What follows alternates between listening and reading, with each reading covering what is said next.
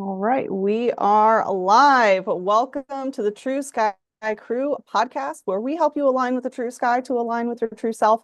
I am your host, Sachi, and this is episode number 26.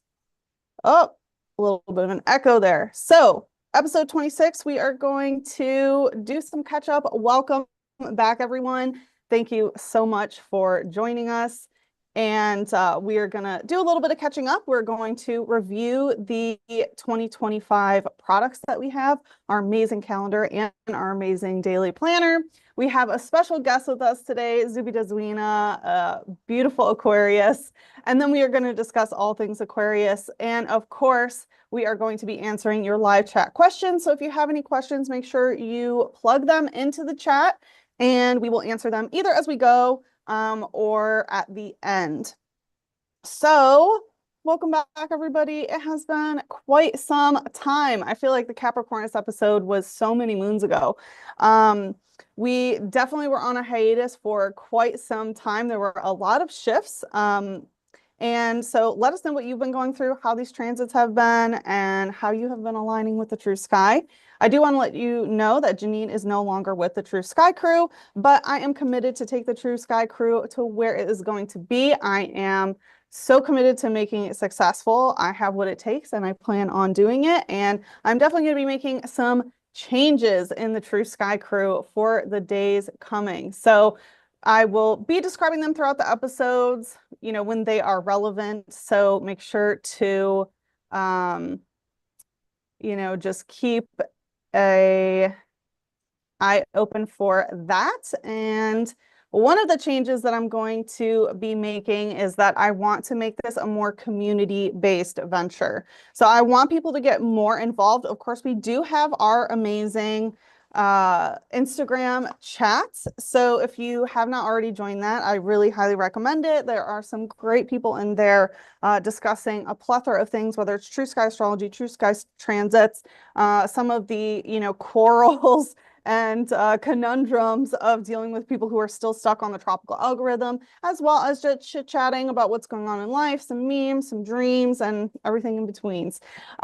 So if you're interested in that, make sure you reach out to us on Instagram. You can just DM the True Sky Crew and be asked to add it to that group chat. But additionally, I want to expand this and make this more of a crew. So I am looking for some True Sky astrologists. So, if you are interested in talking about True Sky astrology, reach out to me. You can do that through the DMs on Instagram at the True Sky Crew, or you can email at thetrueskycrew@gmail.com. And, let me know who you are, what maybe you specialize in, what you want to talk about. Specifically, the next person that I'm looking for is someone who wants to talk all things Pisces. So whether you are a Pisces or you have like heavy Pisces in your chart and you just love Pisces and you want to talk about True Sky Pisces, reach out to me because I would love to have you as a guest. We can showcase you and also share some of the work that you do and bring the community together. I think that's just really, really important.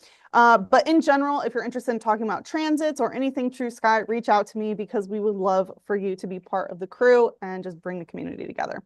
I'm also looking for some galactic historians and star channelers. So people who specialize in, galactic history or specific energy that come from specific stars. If you want to showcase your skills and talents, reach out to me and let's collaborate.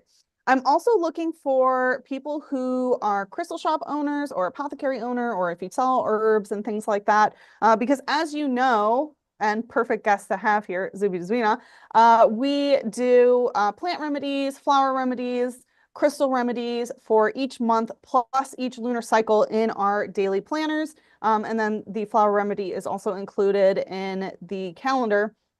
And I would like to showcase people who specialize in those areas if they want to, procure those specific items associated with the month. And people who support the True Sky Crew can support your business as well. So they can get the crystals and the herbs and stuff from you. If you want to be that channel, we can just easily integrate that. So, and also, I would love to have a True Sky app. I don't know about y'all, but as, the person who is making the True Sky Daily Planners all by myself, which I will give myself a pat on the back because I'm doing it all by myself, and I'm already through April and almost done with May. So, I'm months ahead compared to how it was last year, which I'm really happy. And I hope that you guys are enjoying that as well, having that time to, look through it and really sink into the info. And yeah, it's still a lot of work. It's a lot of like data entry and just kind of like administrative tasks almost. And as much as, my Virgo and Gemini energy love it, it's becoming a bit much. So, I'm sure everyone feels the same way, that we would love to have a True Sky app. And honestly, I already have the vision. So if anyone wants to collaborate with me on that, I would love for you to reach out and let's get together and work on that. So I'm looking for programmers, coders, angel investors, in order to complete this task, because I really think that that would be a service to humanity. And, we just really need it. Like, humanity needs this.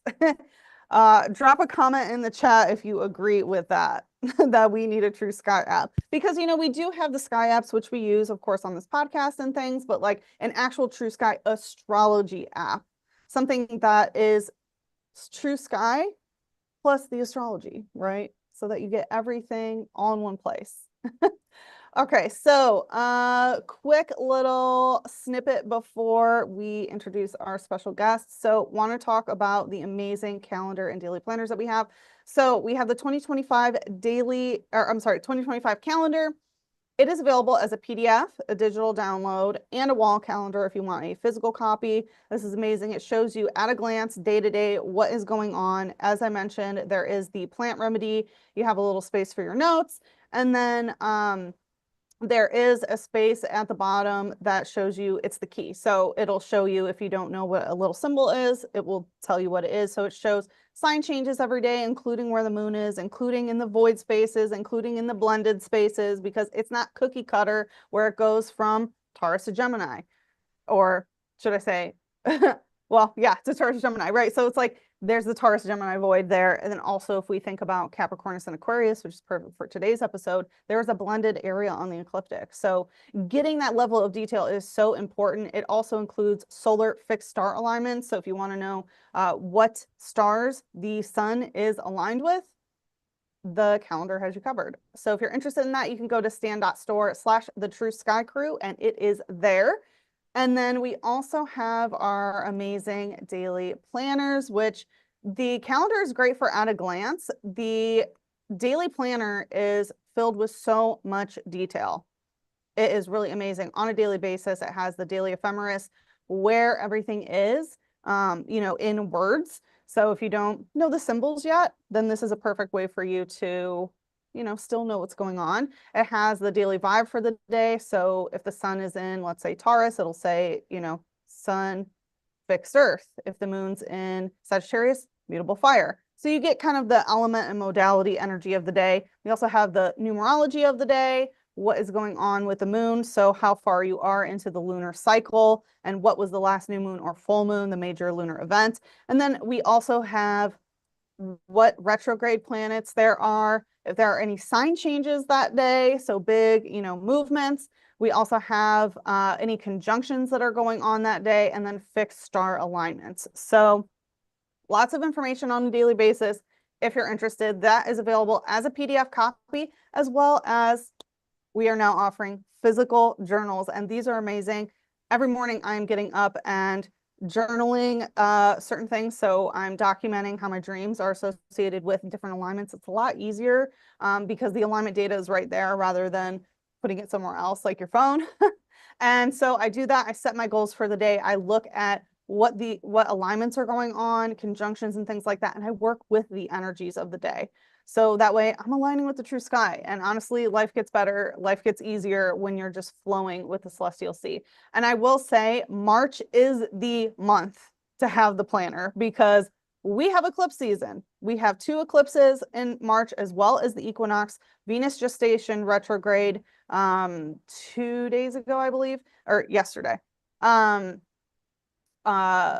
Or no, it was March 2nd. Okay. And we have Mercury that is stationing retrograde not too far off. So this month is there's just a lot going on. Okay. So if you want to stay updated with the celestial skies and the heavens above, the true sky and your true self, you can go to Stan's store at the True Sky Crew and check that out because super, super helpful. So without further ado, I would like to introduce our special guest, Zubi Dazwina. You know her best as our specialist, our plant crystal flower remedy specialist. She is our like interstellar earth liaison that works with you know, a lot of different elementals and things like that. But she is also the co-owner of the Spiritual Gym Leaders and Rabambi, and she owns Rabambi Reads. She runs Fabi Dragon, Fabi Trinkets, and Pinch for Fancy, and also is my very best friend, Zubi Dazwina. Welcome. Oh, I forgot to mention, she is an Aquarius. I think that is probably the most important thing to mention.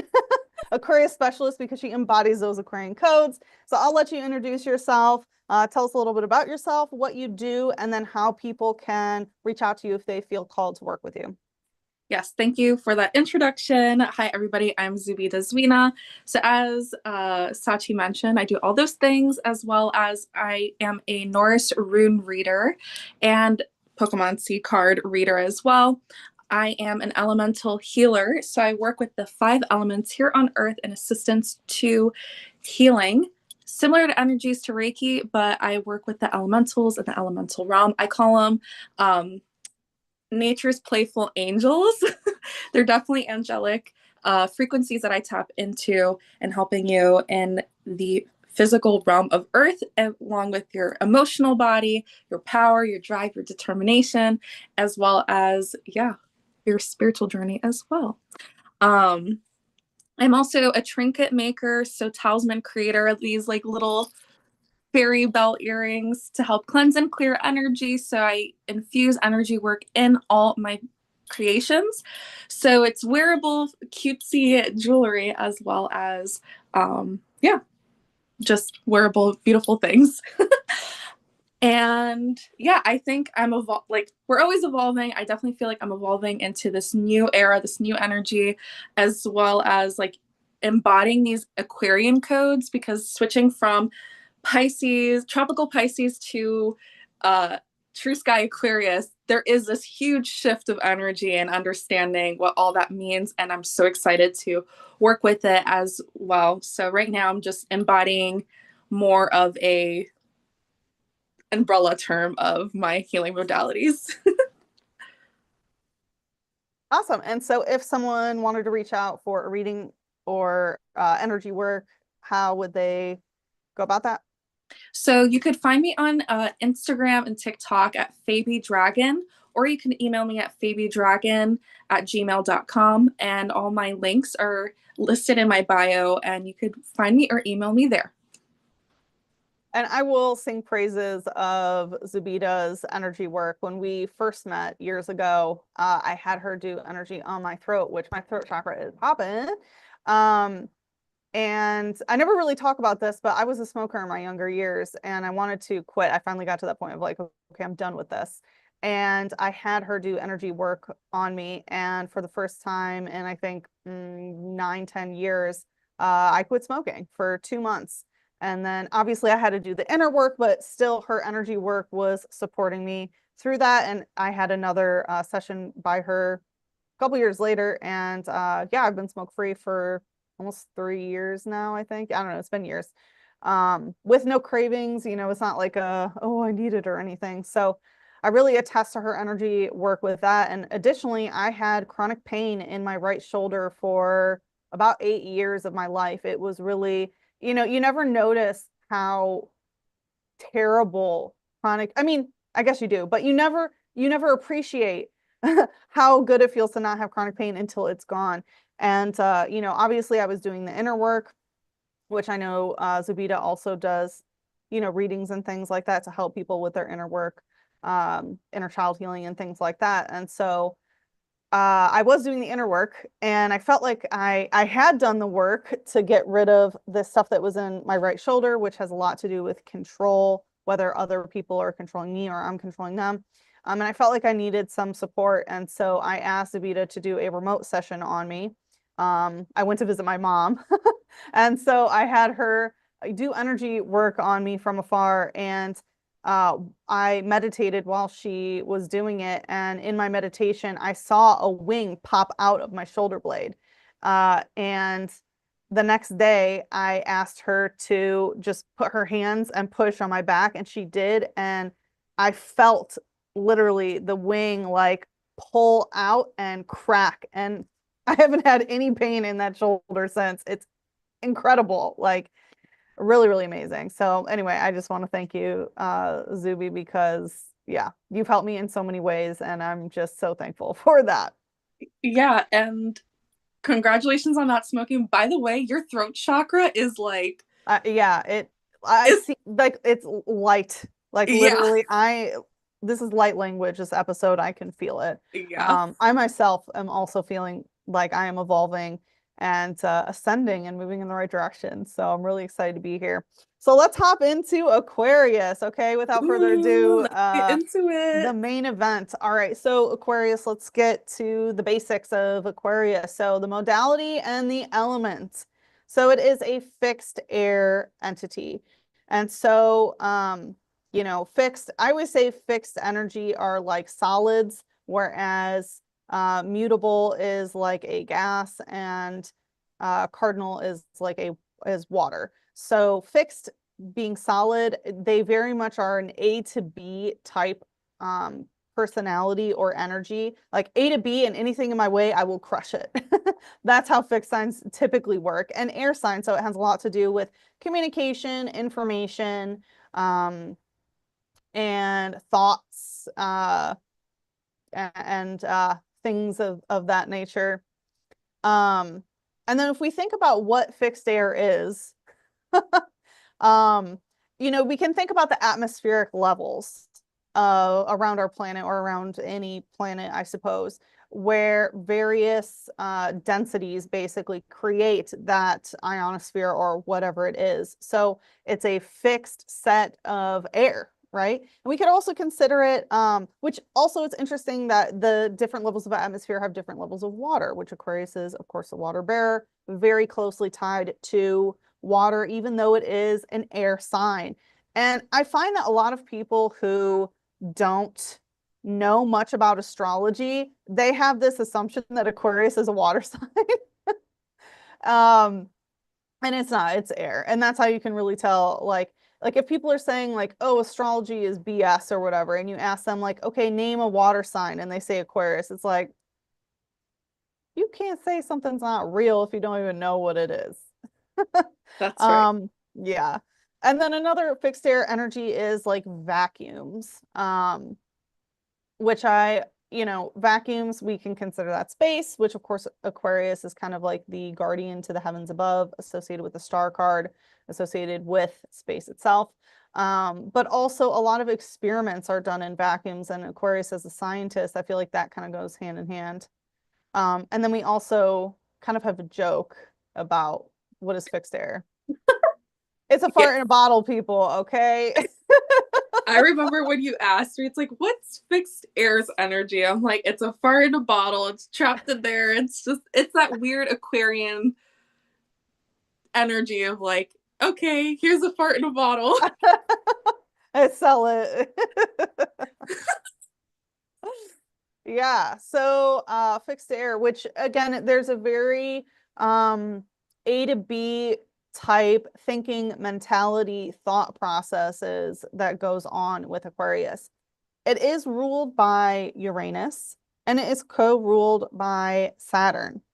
So the planet of Uranus is the planet of rebellion, revolution, science, technology, engineering, mathematics, humanitarianism, um, and going against the social norms, right? It's also the planet of surprise and serendipity and innovation and invention and things like that.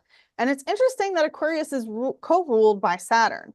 And in my opinion, this is because of two things. One, the first is Saturn is the planet of, social norms, right? Social conventions, social structures, and things like that. And so because Uranus is the planet of going against social norms, fighting against conventions, it's the revolutionary, right, which tends to want to disrupt the norm, disrupt the status quo. You have to have the norm in order to actually like rebel against the norm, if that makes sense. It's kind of like the old thought process of like, oh, well, you can't have good without bad or whatever. Kind of the same thing. You can't rebel against something if there's nothing to rebel against. And typically, Uranus is rebelling against Saturn energy when need be, when revolution and rebellion is necessary. On the other hand, they coexist quite nicely because Saturn is also the planet of material success, of strategy, of long-term goals and progression, of how to reach the top of the mountain. I'm sure you guys all remember it from the Capricornus episode. And oftentimes we can have certain goals in our life, whether it's, achieving something or wanting to create something or whatever, and you actually have to have Uranian codes to bring it to life, to bring it into the material. So you have to invent it in order to reach your goal. An example that comes to mind is the Avatar movie back in the early 2000s, I believe, the blue Avatar movie, I should say. And James Cameron, the creator of that, he originally created that film years in advance, but he said the technology just isn't there. The technology has to develop, I don't know, like 5 years or whatever he said, until this movie's ready to come out. And that kind of reminds me of some big picture Saturn things, because Saturn will always push you to the next success. And oftentimes that next success is you need to create something that doesn't exist yet. And so, for example, like the True Sky Crew, one of the Saturn missions that I am going to bring into fruition is a True Sky astrology app. Okay. But I need Uranus energy in order to accomplish that because I don't know how to program and code. So, also need that community aspect. Yeah. Um, And I'd like to add some stuff to yeah, that. absolutely. Jump in anytime. I know I can just chit chat. No, it's okay. I really wanted to hear your input. So the polarity between Aquarius and Saturn, or like the Aquarian energy and Capricorn energy, right? It is that polarity. And if the structure is in place, right, Capricornus energy is outdated, that's when the Aquarian energy has to come and shift the status norm. And then it assimilates and anchors into, okay, now this is the norm. And then until that is outdated, right, then the Aquarian energy balances it out. Um, Yeah, and that's a really good point. yeah, and it's also another interesting thing too, because I remember today we were discussing the Aquarius constellation or something about being a merman. Yeah, we will get to that, but that's actually Royal Fixed Star Fomalhaut. Okay, well, yeah, But that's bookmark. associated with Aquarius, but yeah, we'll get to that. Okay, bookmark that. But again, that's Capricornus. It has that mermaid tail. So they're very similar within nature. And being an Aquarius, now, but when my tropical chart, I had an Aquarius stellium. So I just very Aquarian. It's also like when you were talking about the movie and stuff like that, sometimes growing up, I always saw super like into the future, and like I was always ahead of the trend, and everybody thought I was weird or whatever it was, and it was kind of like disheartening. I was like, I like this, it's cool, and then next thing you know, everybody else is catching up to it, and then I'm like, okay, I'm over it. That is And definitely very Aquarian. yeah, I liked it before it was cool. yeah, Yeah. and part of that, which we could probably get into, whenever it flows, but I think it's that polarity between Aquarius and Leo, because like the Aquarian can see the big picture and nobody can see it, and that's that shadow side of Leo, right? It's the polarity energy. So it's like, because nobody could see it yet, it does have that like shadow aspect of like not being seen, even though Aquarius is like, can sometimes be perceived as like, don't perceive me. Yeah.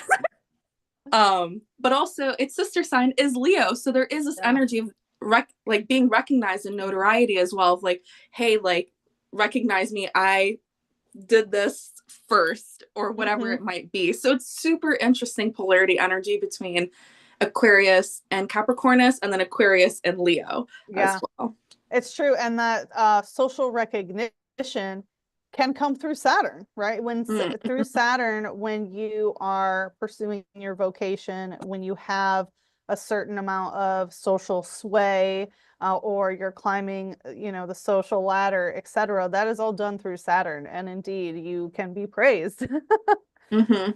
But yeah, and also like Pokemon C, when I first started doing it, like people were just like, oh, that like what? Mhm. And then now people are like getting used to it. And it's like, Yeah, yeah, it's a cool modality. It's like anything's a form of divination. So it's yeah. being, yeah, tuned into that inventor sphere. Yes, that is definitely an emanation of Uranus coming through us. It's our genius, right? Mm-hmm. And Uranus is that genius energy. And I always say when it comes to Saturn, that's like your vocation and goals that you're achieving throughout time.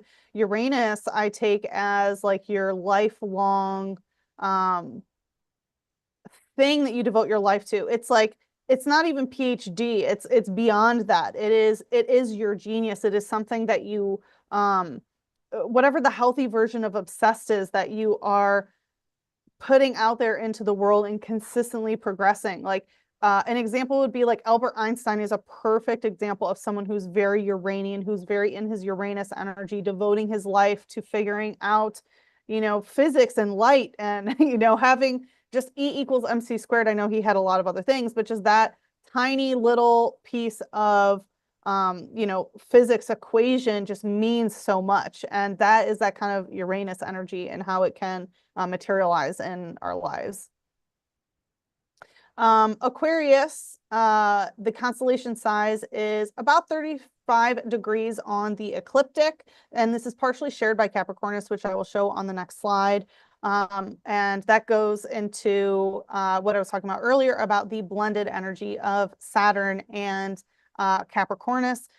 I'm sorry, of Capricornus and Aquarius, and that blended part is definitely heavily Saturn energy. So when we're talking about fixed stars, which that will be the last topic that we hit on. So if you're wondering about fixed stars in Aquarius and things like that, there are some that are predominantly Saturnian versus the others that are more Uranian.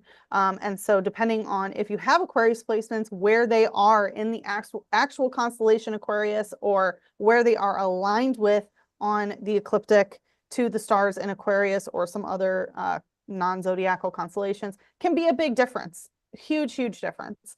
And additionally, one of the changes that you probably have noticed already, I forgot to put this up earlier, so when I started talking about fixed air, but I'm no longer including the houses here because it is actually improper to say that Aquarius rules a specific house. So Aquarius rules the house that it rules.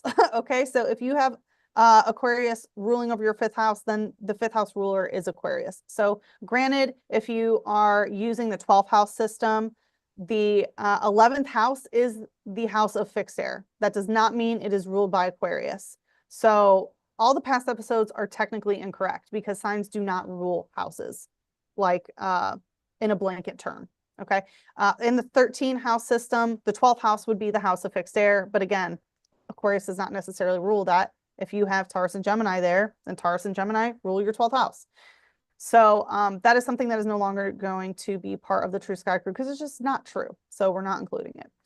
All right. The next part is the body part. So body part of Aquarius, associated with Aquarius, is the ankles. Also associated with the calves and the shin bone, but traditionally denoted as the ankle. So I didn't include the other ones, and also the electrical flow that goes through the body. So if you remember from the Gemini episode, Gemini rules the calm nervous system, the electrical system that runs through the entire body. Aquarius rules the electric flow that goes through the nervous system. So it's the energy that actually moves through it, whereas Gemini is the actual system itself, like the hard. I wanted to say hardware. There we go. Mhm.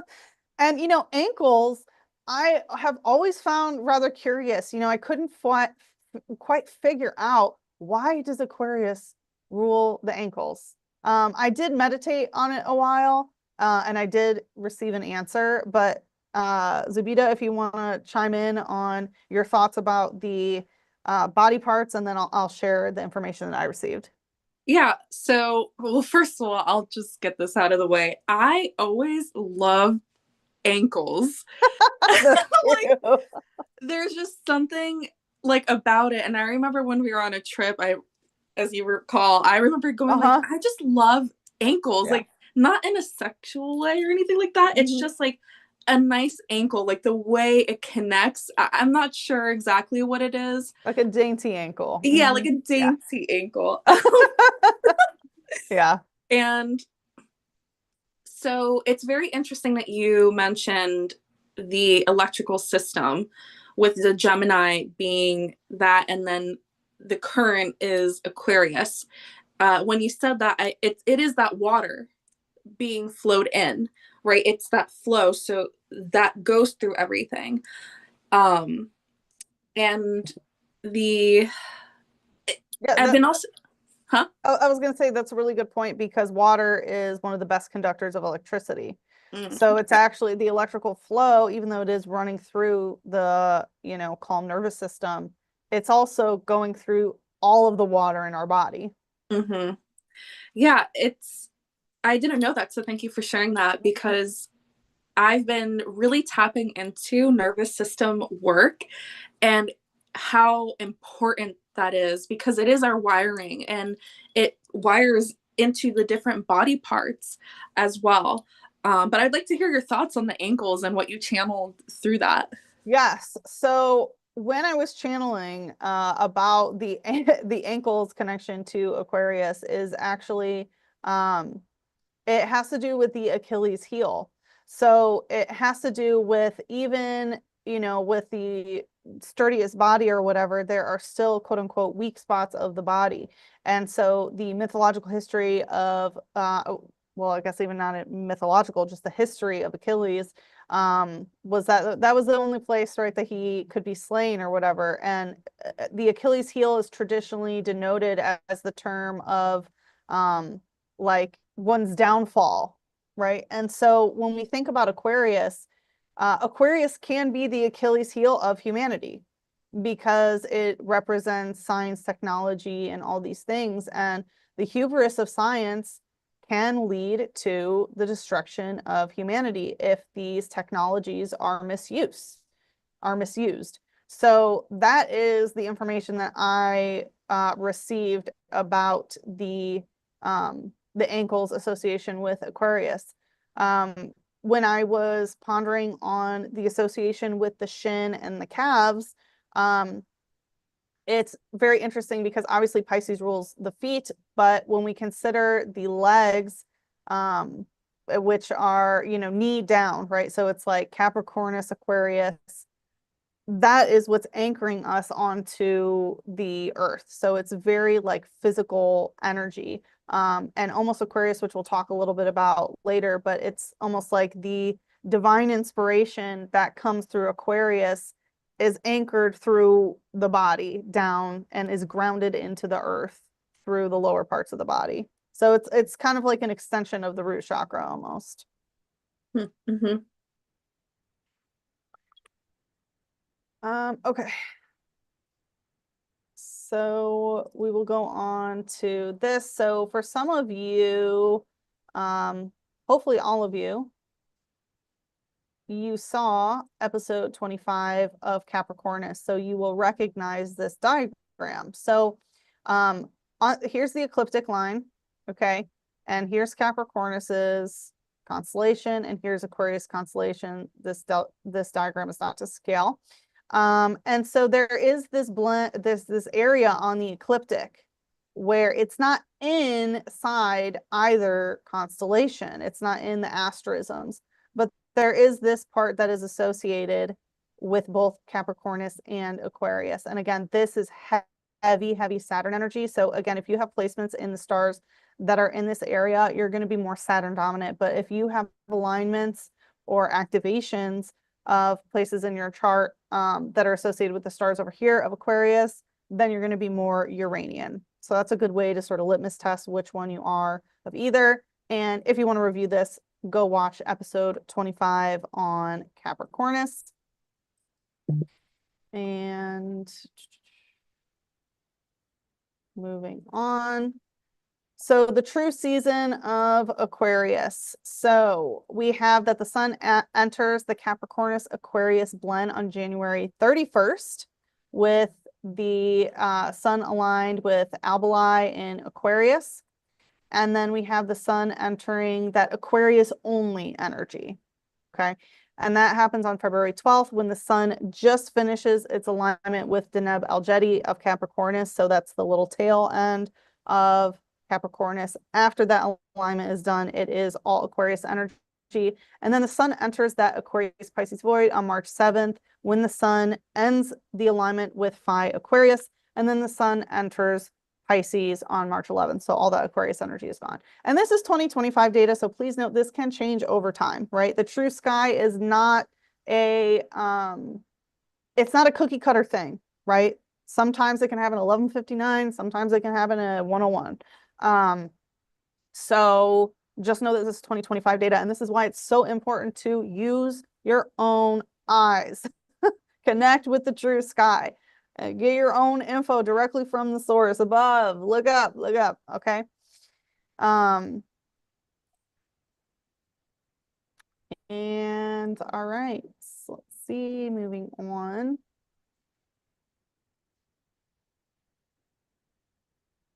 Okay, so these symbols of Aquarius. So you will probably recognize a lot of these.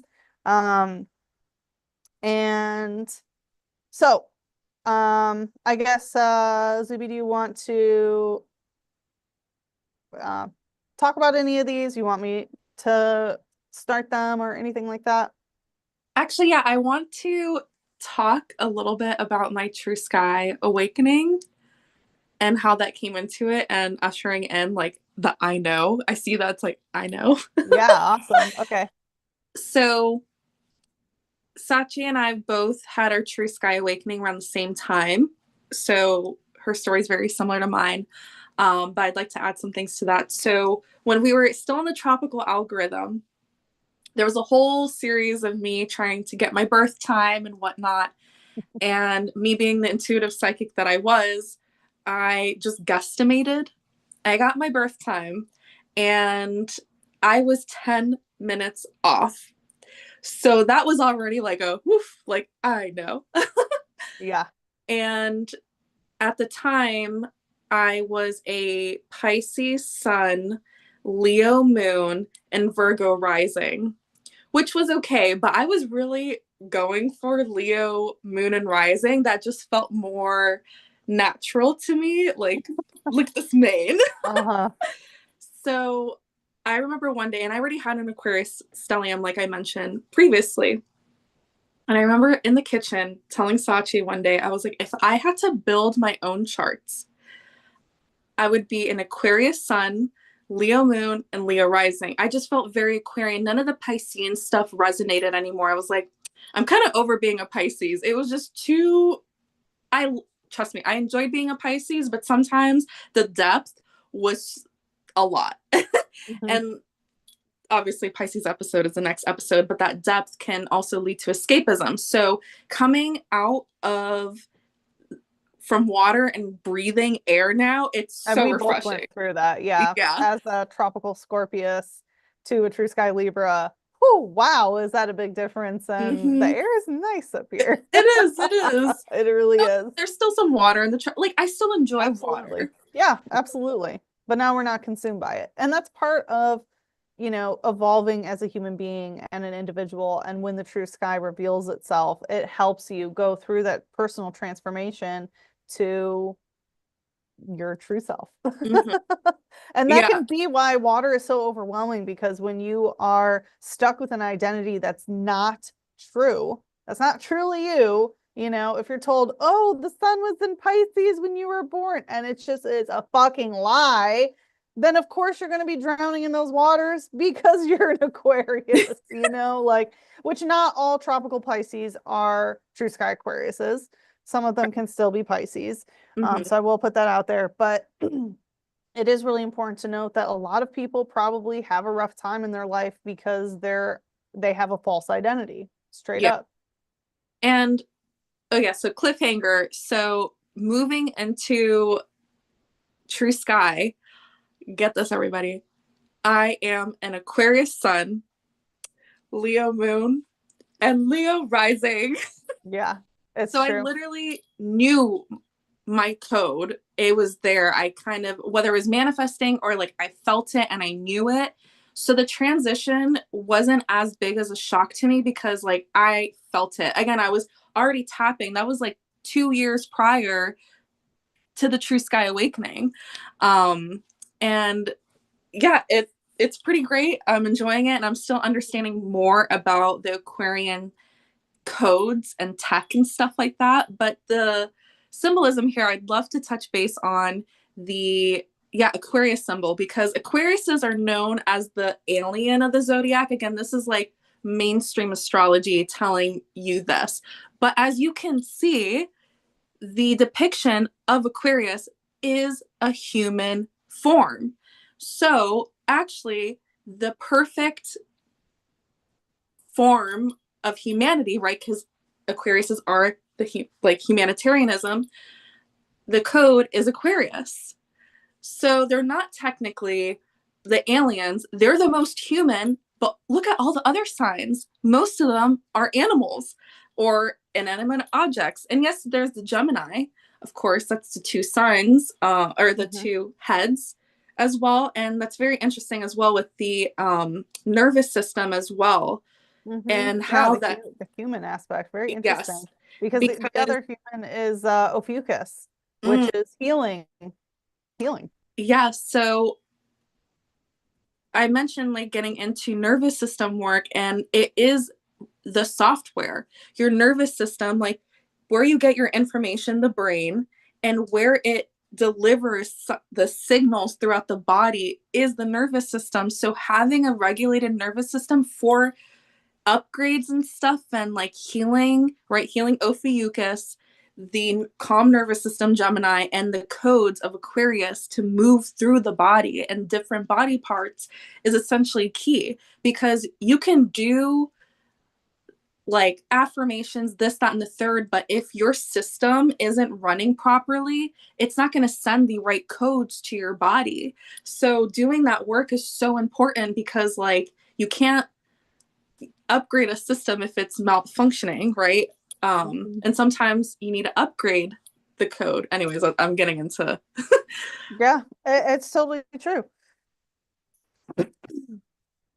Um, so let's talk a little bit about the symbols here. So the first symbol here is traditionally denoted as some water waves, which obviously Aquarius is the water bearer. So there is this aspect of water flow. So again, when we think about the water flowing through the emotional body, but really it's the electric current that is going yes. through our entire cellular systems. And if you also turn it 90 degrees, it also is denoted as a lightning bolt, which is very interesting because long ago, people used to think that lightning was a form of water, interestingly enough. And it's also interesting because when we think of, lightning and electricity, it runs in a current, which is associated with water. So there is that watery electrical connection there, which I find very, very interesting. And also, because Aquarius is an air sign, I always think of like the airwaves and technology and Wi-Fi and things like that, things that are waveforms through the air of how we are transferring information, because again, Aquarius is the sign of technology. Ah, okay. So one thing I wanted to add is like, right, nervous system work. Um, right, when you feel an emotion, it is triggering your nervous system. They go hand in hand. Yes. Another thing too is like the way, yeah, kind of like you said, the Wi-Fi, right? We don't need to see it moving, but it is sending a current right through air. Even though we can't see it, there's still an energy frequency that's beaming out. So it's very, yeah, super cool. Mm-hmm. Air and currents. Yes, exactly. And that's part of the I know thing, right? It's like you don't have to see something or even sense something to know that it's there. And that is part of the knowledge of Aquarius being the experimenter, being the scientist, because they know. And I'm sure if any of you have ever met some, hard-headed Aquariuses, they, they know all the time, right? That's not a jab at you, Zuby, because I don't find you that way. But to know is to be, right? And that's typically how Aquariuses are. They embody that and they just are that way. Um, and then we have the middle sign, which is the water bearer. So again, it is depicted as a human bearing the water.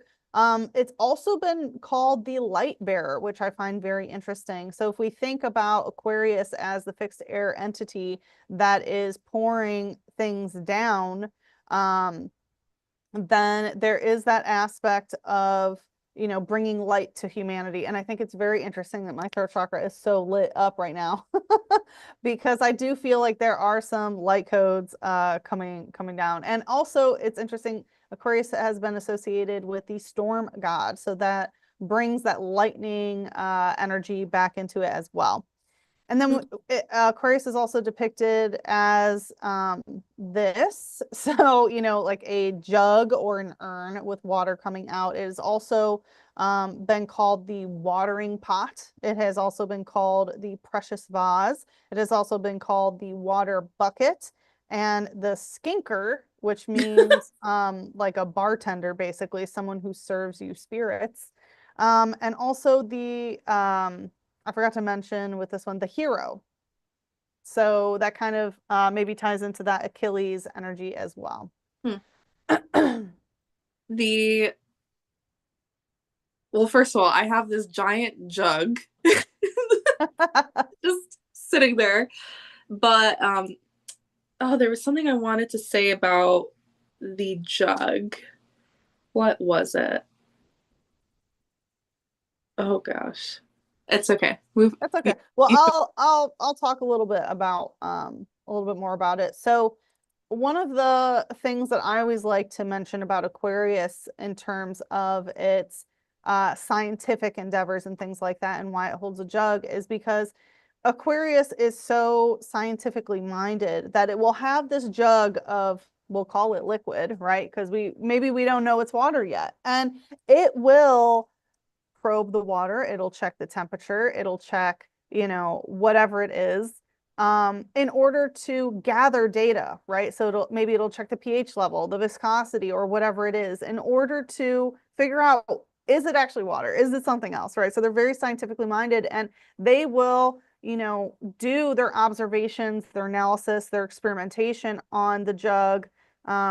And then when they're done, they will pour it out. And that does represent, even probing the own emotional body in order to release the emotions.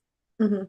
Oh, I recall what I was going to say. So the bearer of light, and I guess the storm guide, is that correct? The storm guide? The storm god. Oh, storm god.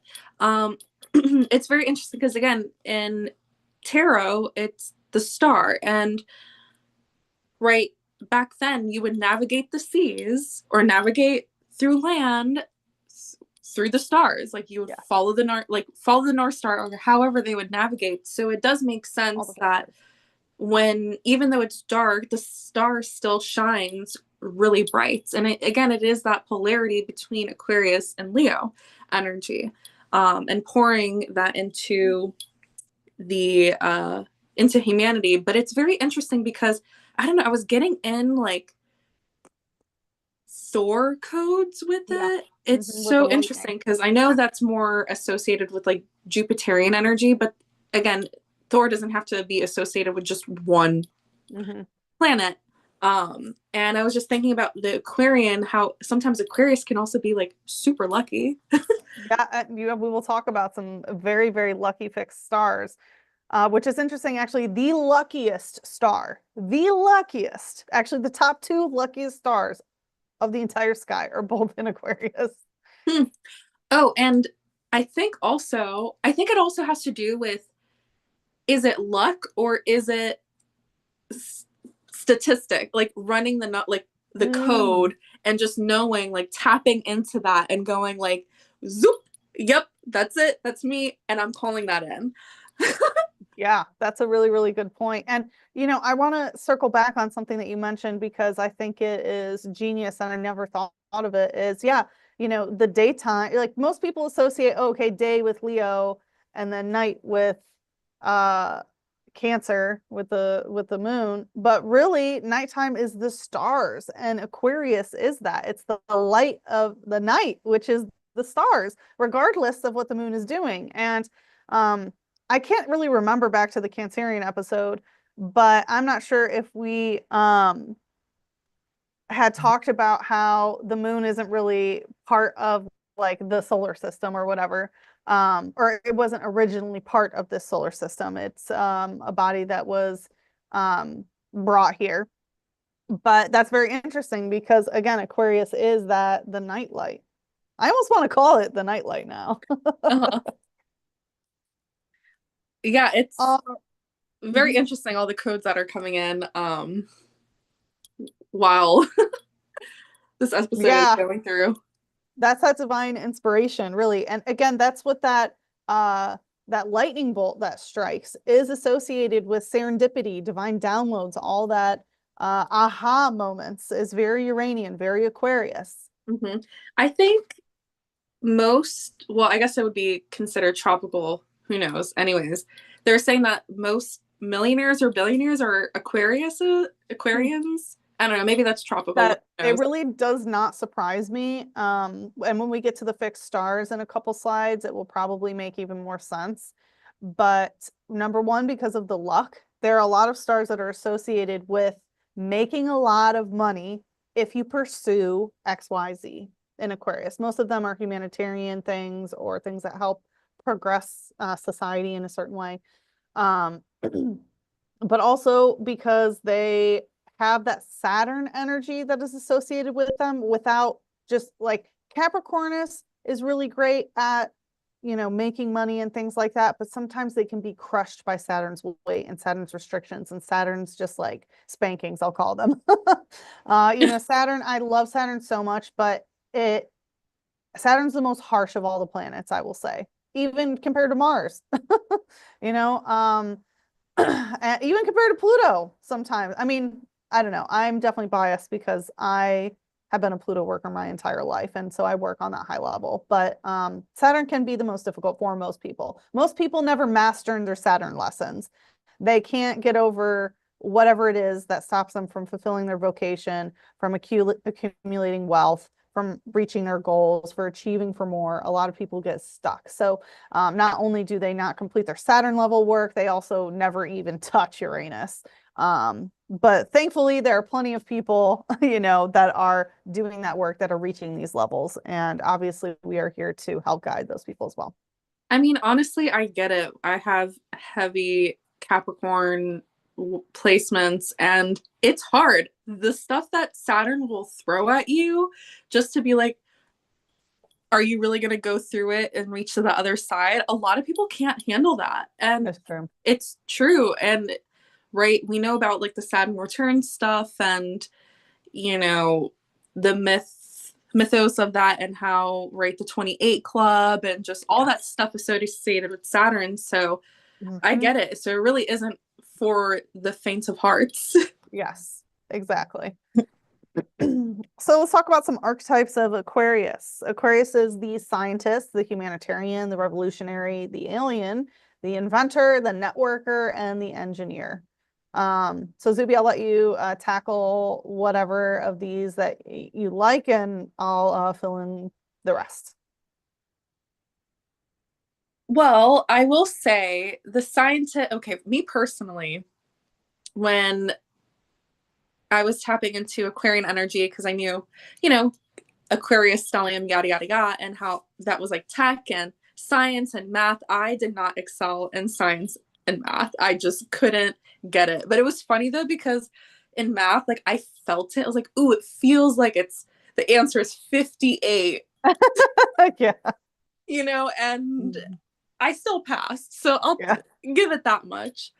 And so that is something I can't really touch base on. It's And more, that was back when you were tropical Pisces with an Aquarius stellium. Yeah. and now, again, I'm not going to go into the science or the math realm, but understanding the basics of it and going in and bringing the spirituality to it. And also, Sachi and I had this like inside joke of like, I mother hen my technology. So So, true. Anytime she can't find her phone or the remote's missing, it's under that dupa. Yep. so that in a way is like me getting the information to it. But Yeah, by osmosis. Osmosis. yeah. And yeah, the revolutionary, like I just feel a call to just revolutionize just different things, whether I'm doing it through trend setting or just like social causes of me just growing up and being part of different movements and stuff like that. So that I could also see as well. But it is that, polarity that we talked about with Capricornus and Aquarius of, there needs to be some sort of revolution in order for the new structures to come in, right? The Aquarius could see the future and essentially like what we're all going through right now as a collective, as a human race, is we're going through an evolutionary form. Like it's not just one or two people now. It's like it's the whole earth. It's new earth coming in. So that needs to anchor in and revolutionary nice and change, which goes into like alien stuff. Now a lot of things that are coming in about, things coming out about aliens and the assistance through government structures and stuff like that, and how spiritualists way before were channeling alien codes and stuff like that. So, there is that aspect of the Aquarius. It has been a thing. Like, yes, they're the alien of the zodiac, but I know I mentioned that like it's the most human form, and humans are aliens to some aliens. Yeah.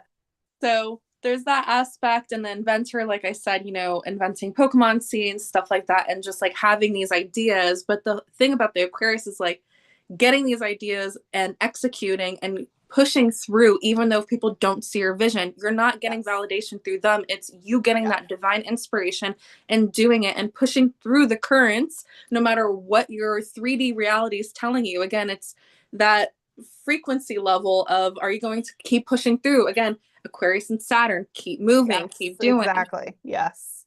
And I'll touch base on the networking as well. Like, again, that is the codes. It's like, here I am, I know this person, I'm going to connect you to that person, and that person's going to connect you. It's that domino effect, and it's kind of like a switchboard in a way, right? Of like this connecting to here to there, and like whether it's the networking hive or the networking community or just like networking in general, the Aquarian energy. And that's kind of like where a lot of Aquarius kind of feel lonely in a way, because they know so many people and they can kind of gravitate towards a lot of different things, but they don't have that like group, because they're able to see the bigger picture and connect with that. And the engineer, again, it makes sense with all the codes and the tech and everything like that. I can't really touch base on stuff I don't know. But I mean, you have engineered so many different things. I would consider them concoctions. Engineering doesn't necessarily have to be machinery. Oh, okay. Yeah. And science doesn't necessarily have to be a petri dish or beaker or something like that. I would consider you a scientist. Like you are a chemist. You Okay. inherently know, you feel the chemistry. You don't have to write out the equations like maybe a traditional chemist would, but I've seen you make poultices, I've seen you make healing concoctions, and even just like making our soap and laundry detergent and things like that. Like that is science, there is a science to it. It is chemistry. So Okay. Yeah. even maybe back in the day you didn't ace those classes, I still am astounded at your ability. Plus, I mean, the science you do in the kitchen is also quite impressive. Thank you. Yes. I guess Mhm. unsubscribe, release. Yeah. I think I just Yeah. am holding this code of like, oh, science means beakers in this and Yeah. engineering means that. So Yeah. yeah, I will say that, yeah, I'm a chemist. I Hmm. love, like, I could, again, it's the feeling, the knowing, like, I just intuitively know, like, I just grab things and just concoct it. And I'm like, here you go. They work. They work. It's incredible. Every single thing that she makes has been really incredible. And that's part of why she originally was brought on by the True Sky crew to do our herbal remedies, which then moved into crystals as well. Because she just has this knack for plant spirits and even non-plant spirits, organic and inorganic sort of things. Yeah, and the Uh, way they just, because, we plan this out like months in advance, and, I kind of channel it and release it and let it go. And as the time gets closer, that just is in our sphere. yeah, it It's is just really amazing. magically there. Yeah, it really is. And it's crazy, months in advance, the plant remedies and things like that. And yeah, we're just naturally engaging with these, um, whether it's a plant medicine or herbal medicine or flower or what a crystal, like it's just around. It's really is quite impressive how things turn out that way. Um, But I like to hear from you guys if that also aligns, like it's gravitated towards you, like the crystals or herbs or anything like that, or if you use these plant remedies and you definitely felt a shift of energy, yeah, let us know in the comments. And yeah, definitely. yeah, Let us know how that's going. And also, if you're an Aquarius, let us know if you like ankles. If you got a little ankle thing. or Uh, farts in a bottle. um, all right, so the Aquarius archetype. So scientist, I feel like we covered humanitarian. That is something I want to touch a little bit upon. And again, I feel like revolutionary and humanitarian are both very closely tied to the Saturn energy of Aquarius and Capricornus, because humanitarian efforts are really only necessary when the social structures aren't humanitarian themselves necessarily. So whenever I hear of like humanitarian work or humanitarian relief, it's usually for, underprivileged, underdog type groups, or um, what's the word? Uh, basically like society pushes them away, or Oh, outcast. marginalized. So marginalized people and things like that. And so again, it's because of the distortions that come through Saturn when things are not working properly in the Capricornus realm, then humanitarian efforts are necessary through Aquarius. But ideally, humanitarianism would just be a natural part of the Saturn cones that come through Capricornus. And same with revolutionary, right? If things all hunky dory, then we don't need a revolution. So, there may be something to be said about how the stars are coded in terms of what Earth School is, and maybe some base programming that is meant to be here, at least during our time. As the networker, that's another thing I wanted to touch upon. I think we hit alien and inventor and things like that pretty well. Even myself, obviously developing Pokemoncy with you, and then also developing Feathermancy, and then yeah, I mean, I feel like those two divination modalities are pretty creative, just going beyond just the colors. And again, that information, I had no intention at all, at all, of creating a new divination modality. I've really been focused on Pokemoncy since its creation, and the spiritual gym leaders and things like that. And this was when the True Sky crew was also just starting. And all of a sudden, I'm just beamed with information. And this is when we were having Altair alignments. And some of my spirit guides were coming through Altair. And I was just beamed with all this information about how to read feathers. And, I always looked for feathers, angel messages and the colors and what they meant, but I was given detailed information about if there is a split in this part of the feather, this is what it means. If there is a pattern like this is what it means. If it is small, this is what it means. This part of the feather is associated with this. This kind of feather is associated with this. If you find a pattern of this many feathers in this orientation, it is associated with this tarot card, like just beamed information. And I remember I was working on so many different projects at the time where I was like, I don't have time to write a book about feather divination. And my spirit guides were like, you have to do this now. Channel it, get it down. And I did. And literally that's how this stuff happens. And I know some of it was through Pluto, obviously, because I am a Pluto worker with the heavy Pluto influences in my chart. But Pluto is also a very creative planet as well. But wowza, like the divine inspiration that comes through Uranus and Aquarius level things are just really, really incredible. But anyway, moving on to networker. This is something that we really didn't touch upon a lot thus far, is that Aquarius rules group relationships and community relationships. So any group of 3 or more. So if you remember back to the Libra episode, everybody, Libra is one-on-one relationships. And so this is 3 or more. So whether it's 300, 3 million, you know, Aquarius is the ruler of that. Uranus is the ruler of that. And it is the networker. And oftentimes it's because these things like, you know, whether it's a scientific experiment or an invention that you're trying to bring to life, typically it takes a village to do it, right? Like something like even the True Sky app, that's a perfect example, right? I have the astrology knowledge, I have the fixed star knowledge, but I don't have the data knowledge. I don't know how to even start creating an app, you know? So there are multiple levels of people who need to do some things, you know, maybe marketing, that's also not my specialty, and things like that in order to, you know, make it become a reality. And I think that is so important. And even when we think about the networking and community and group relationships when it comes to humanitarian work, that is also very important because a lot of humanitarian work is community based. A lot of revolutionary action is also group and community based. So there is a lot of things that go into that networking. And Aquarius is so good at bringing people together for a cause. Mm-hmm. Teamwork makes the dream work. That's true.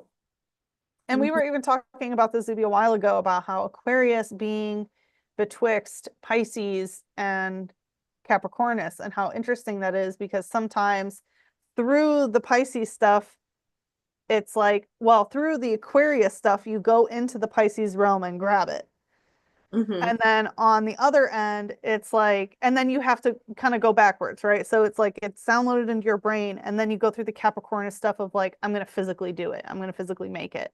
And then on the other end, it's like, okay, on the Capricornus end is I have this goal that I want to accomplish. And then now we are in that Aquarian energy of like, okay, well, I need some type of technology in order to accomplish this goal. And then you have to go to the Piscean ethers and pull it down, try to figure it out if it's not already known. So I think that's pretty interesting. So some characteristics of Aquarius, they are innovative, progressive, curious, counterculture, socially aware, experimental, and weird. And I mean that in the best way possible. So if you want to touch upon any of these, Zuby, and then I'll touch upon anything that's left.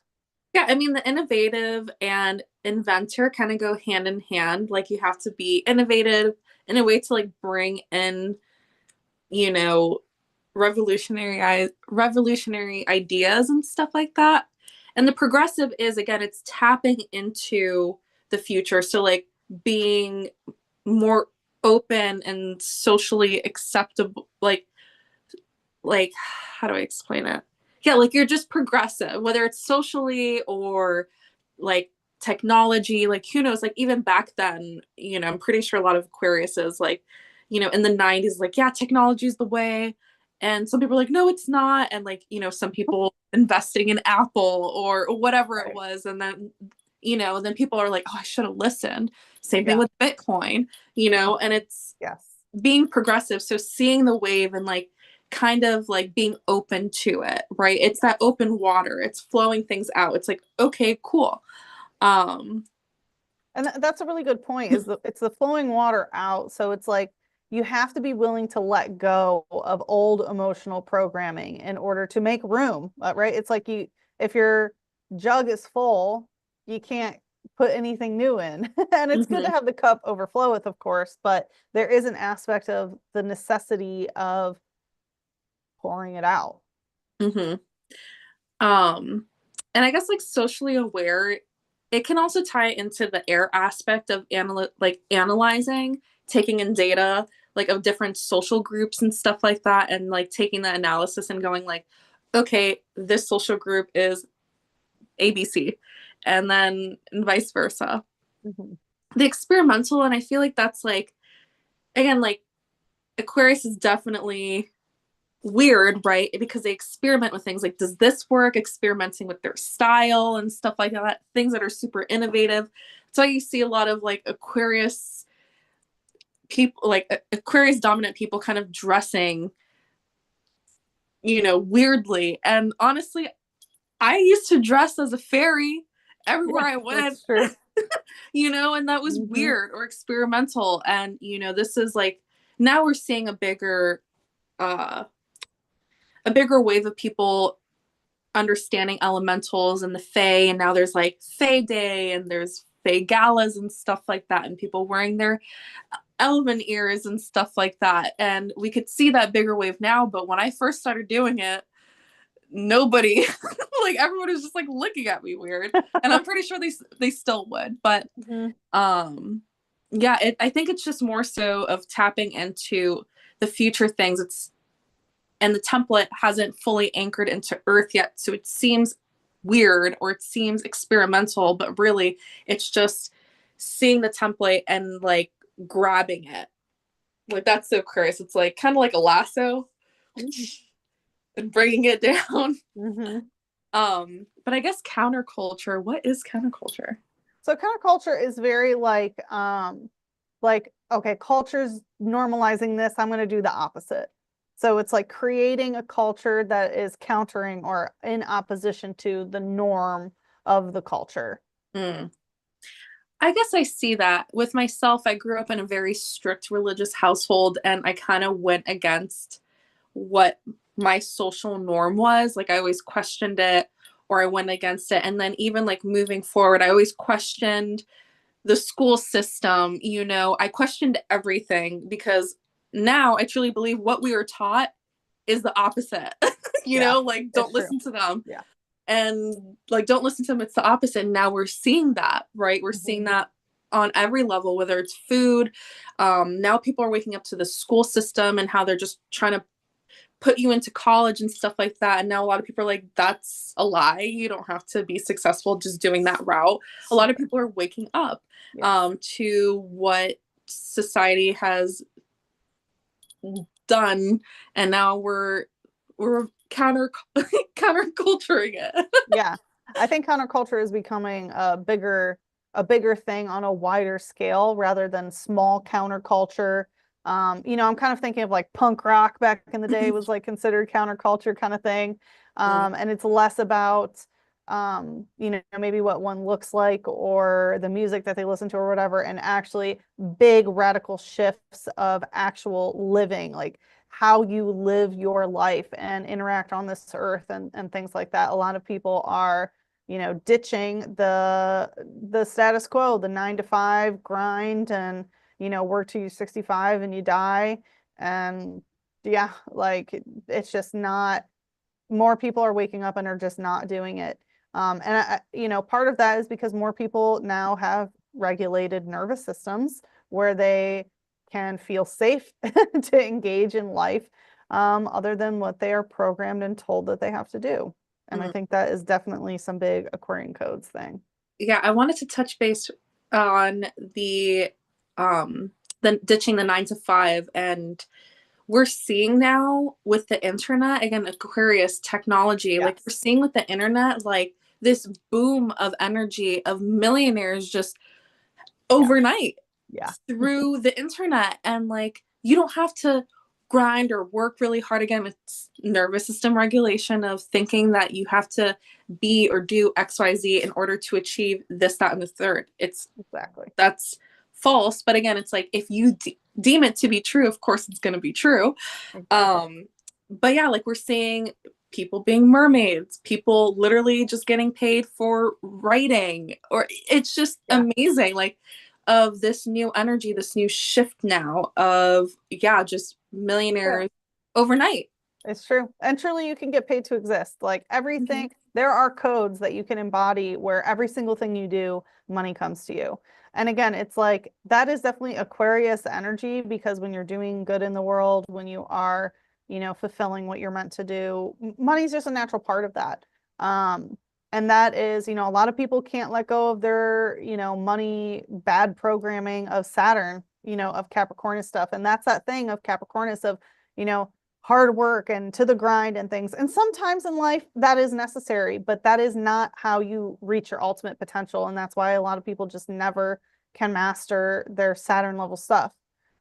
Which I guess I should probably plug here. I did a class on the energetics of money and abundance. So if you find that you are stuck on that Saturn level stuff where you feel like either it's bad to have a lot of money or it's wrong to have a lot of money, or you're always constantly having to grind in order to get money, or you just have a lack mentality in any sort of way and you're ready to let that go. You can go to sachitheseer.com and check out Money Mindset. It gives you all the keys and codes to upgrade your mental space about money, finances, abundance. And I also go into how to use your astrology code in order to accomplish different financial goals. So there's a lot of really amazing, amazing stuff in there. And because, yeah, again, we'll talk about this shortly, but a lot of the Aquarius fixed stars are known for fame, fortune, and money. Ooh, yeah. Yeah. Was there anything else about the characteristics that you wanted to touch upon? I think that's pretty much, that's all I wanted to say with the characteristics. Okay. Yeah, something I did want to mention about the socially aware aspect is that really ties into the humanitarian and revolutionary aspect and even the networking, because they are so closely tied to things. And again, very in tune with different social groups, probably through social media and things like that, and their own activism. And that's another archetype, is the activist. I take humanitarian and activists kind of synonymously, but they are very involved or aware of things in order to help them, right? So they're socially aware, but they actually take action. They become a humanitarian humanitarian, or they become an activist and they actually do something about it, or they invent something that helps humanity, or they innovate something that already exists in order to help humanity, right? They don't just sit around and complain about the woes of the world. And they're not afraid to make mistakes, and that's the experimental aspect. And that's also part of the fixed air mentality of, as I mentioned, from A to B, and nothing's going to stop me. It's like, if you are where you're at and you know that you're going to get to that destination, that goal, that invention, that innovation, that answer, nothing is going to get in your way. And you may have to experiment over and over. And again, those are the brick walls that you just plow through, jump over, whatever it is. Like, you will get to that destination. And that's what I really love about Aquarius, is their tenacity to invent, to innovate, or to get the answer to that question. Now let's talk about the shadows of Aquarius, because Aquarius has so many good things, but also, they have their shadows. We have robotic, transhumanist, God complex, woke, overly detached, outcast, freakish, and not from here. So I'm going to touch upon a couple, and then Zuby, if you want to chime in on any of them. So I'll touch upon the robotic aspect. So that kind of goes hand in hand with overly detached. Aquarius can, especially if they have not mastered that level of Saturn stuff, the Capricorn stuff that we've talked about, is they can literally get caught in loops of what they're programmed to do. So it's like, okay, wake up, eat, go to school and or work, come home, dishes, laundry, eat, bed. Like, they can become very robotic. They can become very, so overly detached from things that they don't really have. Like, they'll have connections, their coworkers, their family or whatever, but they don't actually have like the depth of connection, if that makes sense. When it comes to transhumanist, so this kind of goes hand in hand with like the whole technological aspect of things. So there are some Aquarian shadow energy that manifests as, okay, I'm going to alter my organic body system, either by implanting a chip, either by, you know, getting a bionic body, uploading my consciousness, however, whatever it is, instead of inherently activating your body technology. You know, there's so much body technology in our light body, in our rainbow body, in all of these things, even in our own cellular system, where we don't need to implant or upload or anything. We can use our Merkaba body to astral travel. We can go to space. You don't need a rocket. You can use your energetic body, plain and effing simple. And so there is this notion, which I'm not saying that material inventions and things like that are bad or evil or anything like that, even though some of them, I think the applications can be judged that way. But the aspect of believing that you need to alter your form or consciousness in some way with technology rather than activating the technology within is really a big shadow of Aquarius. The God complex kind of goes hand in hand because the God complex, you know, is playing God, whether you are overly messing with genetics, whether you are manipulating humanity on a wide scale through things like that, are really, really big. And one of the things I feel like I want to mention kind of in congruence with both of those, and those listening are the first to hear it. I actually, in my astrals last night, I was being shown body tech that was being shown to me. And I was being shown that actually every single cell that we have has the ability to revert to pluripotency. So, and then re-differentiate into a whole different type of cell. So that means any cell in your body, let's say it's a liver cell, can actually become a pluripotent stem cell, which means it's just an undifferentiated cell that can become anything else. And then it can differentiate into something else. So I was seeing the mechanisms of action of how through basically biomeditation, I will call it, when you are able to go into your biosystems and epigenetically control them through your thought patterns and feeling patterns towards them, is, let's say maybe your lungs need a little bit of help for whatever reason. You can actually activate different cells in your liver, kidney, blood, whatever it is, to become pluripotent stem cells, send them to your lungs, and have them become healthy lung cells.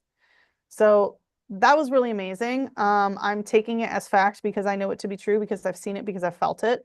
And I'm sure science will catch up eventually with it. But I did want to share that because I've been, you know, pondering and meditating on a lot of Aquarius stuff lately, and that was one of the things that was shown to me.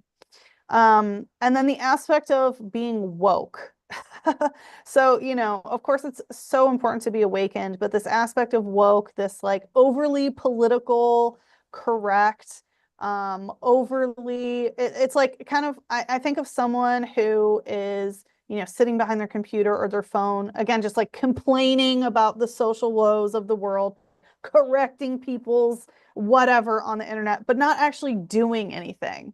You know, not actually making change, not actually helping humanity, not making a real difference other than just agitating people and making other people feel like, wow, people who believe this are effing annoying. You know, it's just like social menaces almost. And it's that overly woke energy that is really a shadow, because it can actually be the backwards of social progression when you are trying to force people into, again, it's like it's inverted Saturn energy through Aquarius of like, oh, everyone has to be woke like this. You can only use like these words or whatever it may be, and then trying to force the entire world or society to do that. It's a very distorted sort of Saturn code. And again, the overly detached, there is this aspect of being so detached from one's emotions and things like that, which you know, we didn't really, you know, another archetype that we didn't mention was a psychologist, you know, apart from the scientist, which is a type of scientist. But there's a lot of psychology and, you know, understanding how and why the mind and brain works as it does that go into the Aquarian codes as well. And so there can be this aspect of being overly detached, of, not believing in anything. That's another aspect, a shadow of Aquarius, is like being atheist, of like having that overly religious model, which atheism is a religion. It's just the belief in the nothing God, we'll say. And there is that, or taking aliens as gods is another thing, of thinking that aliens are the supreme beings, things like that, just really being misled in terms of that.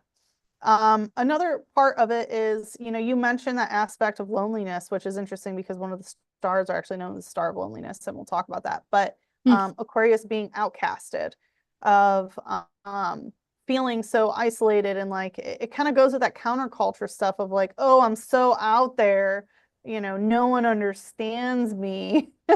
And then just isolating yourself because you feel like you're an alien or whatever. And that kind of goes along with the freakish energy. And I have seen Aquarian energy come through almost similar to Scorpius's energy, of like trying to look so weird and or spooky that you like push people away, only to re-solidify that you're alone and that you're an outcast, sort of thing. Mm-hmm. And, it's really great that Aquarius loves to be that humanitarian, help the underdog, help the outcast. But, when it turns into that downtrodden belief that you're just an outcast of society, you'll never fit in, and, you're such a freak and blah, blah, blah. It just really takes on a shadow of its own, of, isolation and just like low vibrational programming. And then the last one is the not from here. And that really goes with that alien energy, because one of the darkest shadows of Aquarius is this whole star seed thing that's going on, which star seeds are 100% real, relevant. All of us are star seeds in one way, right? We're all made from cosmic dust. We know that as a scientific fact. But there's this aspect of like, oh, I'm so much of a star seed. I need to go back home. I need to leave this planet. I'm not from here. I need to go back to the mothership, or back to, Lyria, or whatever it is. Like, it's no, the point is to anchor the starseed energy onto Earth. 100% you are meant to be an Earthling, and bring that energy here, not try to escape by leaving. And so that's a really big shadow, is like wanting to get off Earth, or not feeling like you're part of this planet. And that also kind of goes into the outcast energy, of just like not feeling at home on this planet. Mm-hmm. Yeah, I totally feel that and resonate with that, because when I was younger, I always felt such a longing, and I always said like, "Oh, I'm from Orion's belt." Like it just always gravitated towards that.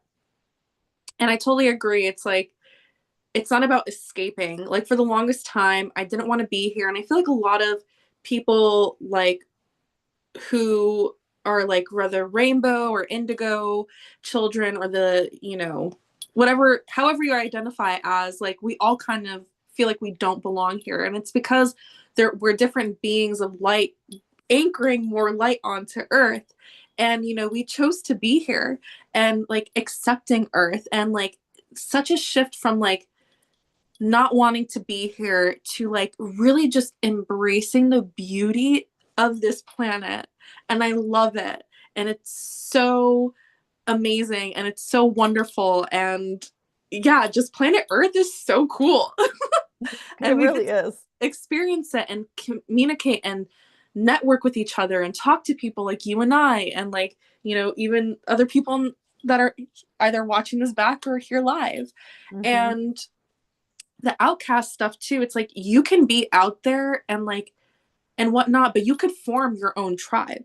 You don't have to be alone. You can find you could create that hub. Like Exactly. you are the hub, right? And finding people, so people who also feel like outcasts, you could welcome them in, like, hey, you're not alone. And that's part of like being the trendsetter, is like, hey, you're not alone. Like I'm paving the path for us. Let's continue to pave it together and grow and multiply and expand. And that is you know, the humanitarianism and like human and the human race. But it's very interesting because I kind of wanted to touch base on the robotic. I took it from a whole different like space of the actual robots. Oh yeah, uh-huh. And I was thinking about how like, robots are meant to like make humans' lives easier, but it's not about overpowering humans or taking away that human touch or charm, like nothing beats human contact. And there's some things that like can help us in a way, but it's not about like eliminating the human touch completely. And I feel like that's the shadow aspect of like robotics or using robots to help humanity.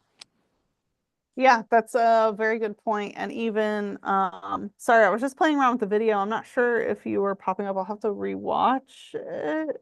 So I have the YouTube Okay. up. So Okay. yeah, we're just sharing the screen. So if I talk, I'm on. If you Okay, talk, okay, okay. okay. I hadn't looked. Okay, so yeah, that's a really good point. And even a lot, and Aquarius does rule AI, and it rules robotics, it rules all of that. So even the new form of consciousness that is coming through, that we now know as AI, is inherently Aquarian, and we can even consider that alien. It is a species. I used to have Aquarius rule over non-human species, and I still stand by that, even though there are certain non-human species that come through other signs. But non-human intelligence definitely is an Aquarian thing. Um, but yeah, one of the things that I wanted to add on to the starseed thing of like, the point is to be from here. And if you are longing, like, what are you longing from these other planets and star systems and things? And whatever that is, bring it here because we need it. Invent it, bring it here, Mhm. embody it. That is the whole point of being a star seed, is to seed that light and those star codes onto Earth. You're not a seed if you're not growing here. Like if you go back, then you're you're not seated here. So the whole point is to bring that energy here and embody that. Um, yeah. Mhm. Do you have anything else that you want to add to that? I know I touched base a little bit on like God complex and Mhm. stuff like that, and it's like with the Aquarius, I could see how like embodying codes of the future and like what's good for humanity and pushing it onto humanity. And that kind of goes with like wokeism. Yeah, It's like having that God complex. It's like, okay, like you can't also dictate what's good for all of mankind. That's kind of exactly. insane. Yeah, it is. But it goes back down to the aspect of community. And if you really want to make change, like whatever you're passionate about, like do that. If you're really interested in like if you're really passionate about politics, work within your community to make the political whatever go. It all starts from home, right? The gerrymandering Exactly. stuff. And anyways, I don't want to get into like political stuff, but that's just one aspect of it. Hmm. Um, And that's also part of the weirdness of Aquarius, is like your weird will match other people's weird. And when the weirdness comes together, it creates community. And when you're in that community, you can create these different, Saturn, basically social structures within your community, and be able to live in your community according to your own social codes. mhm. Yeah. All right, are you ready to move on? Yes. So we're going to talk about the fixed stars of Aquarius. So these are the ones that we talked about in the Capricornus Aquarius blend. We have Rook, Rotanev, Catalpha, and Deneb El Jedi. None of them are actually Aquarius stars, and I'm not going to go backwards to do more work backwards, but there are a lot of other stars that I would include here, but I'm not going to. I'm just going to keep moving forward, and then maybe in season 2 we'll touch upon them. But if you want to know about these fixed stars, you can go ahead and watch and or review episode 25 of Capricornus, where we go over those. So I'm just going to move forward into the stars in the full Aquarius energy here. So we have some major Aquarius stars: Settle Sud, Malik, Hydor, and Scat. And then we have some other fixed star alignments: Satyr and Cetus, Enif and Pegasus, Fomalhaut and Piscis Austrinus, Deneb and Cygnus, Archanar and Eridanus, and Anka in Phoenix. So let me know in the chat if any of you have these fixed star alignments, or if they're activated in your chart. And I'll just lightly touch upon each of these. So, talking about luck. So Saddle Sud and Saddle Malik are the luckiest stars in the entire sky. Okay, so if you have these activated or aligned in your chart, then good job. That's just really amazing. Interestingly enough, these two plus Enif and Pegasus, so they have the ability to distort space perpendicular to our galaxy and through the Milky Way. And that is how timeline jumping mechanisms occur through this three star system. And so, Pegasus are closely associated with unicorns, and Enif holds unicorn Pegasus hybrids, and unicorns are timeline jumping guides. So that is the energetic mechanism for timeline jumping. If you're interested in learning about timeline jumping, Zuby and I actually taught a class on timeline jumping with the help of the unicorn. So we go into, I go from a mathematical scientific perspective, and Zuby goes through the energetic and healing modalities of unicorn medicine. And it's all for timeline jumping. We call it like quantum galloping into the timeline of your choosing. And interestingly enough, that day that we decided to do the unicorn workshop and teach how to timeline jump was the day that we both discovered we had our true sky awakening. Mm-hmm. Yep. It was insane. We did the timeline jump and boom, the true sky was like, I'm here. Complete different timeline, right? Whole different celestial timekeeping mechanism, and also complete new coding of our celestial selves. Absolutely incredible. So if you're interested in that, that is also on my website. It's actuallythisyear.com if that interests you. So a little bit more about Saddle Sud. So Saddle Sud is the luckiest star of them all. So this is number one. And it is associated with making really easy money with very to little effort. So this is a great star to work with for like gambling, lottery, anything that, is like gambling basically. And then it's also associated with helping thaw out the emotional body. So if you have any frozen emotions in the emotional body, Saddle Sud is great to help it become liquid once more. And then, so it basically helps like pour, it's the work that the energetic work that's done before you're able to pour it out, right? So if your jug is frozen, so if you're in freeze mode, or if there is unprocessed trauma in the body. And then it is also known, like scientists, like people who have alignments in with Saddle Sud or activation Saddle Sud are notably in the area of urology, neurology, blood studies, and also like computer brain interface type things. So very interesting. There's actually a lot on all of these fixed stars. I'm just going to go through like a couple details. And Zuby, if there's anything that you want to ask or touch upon, you just let me know. Just stop me anytime. Okay. And then Saddle Malik is the second luckiest star. Again, it is part of that system with Saddle Sud and Enif of the timeline mechanism through spatial distortion. So it's through distorting space that timeline jumping is possible. And Saddle Malik is specifically lucky for those who want to be in a position of authority or power.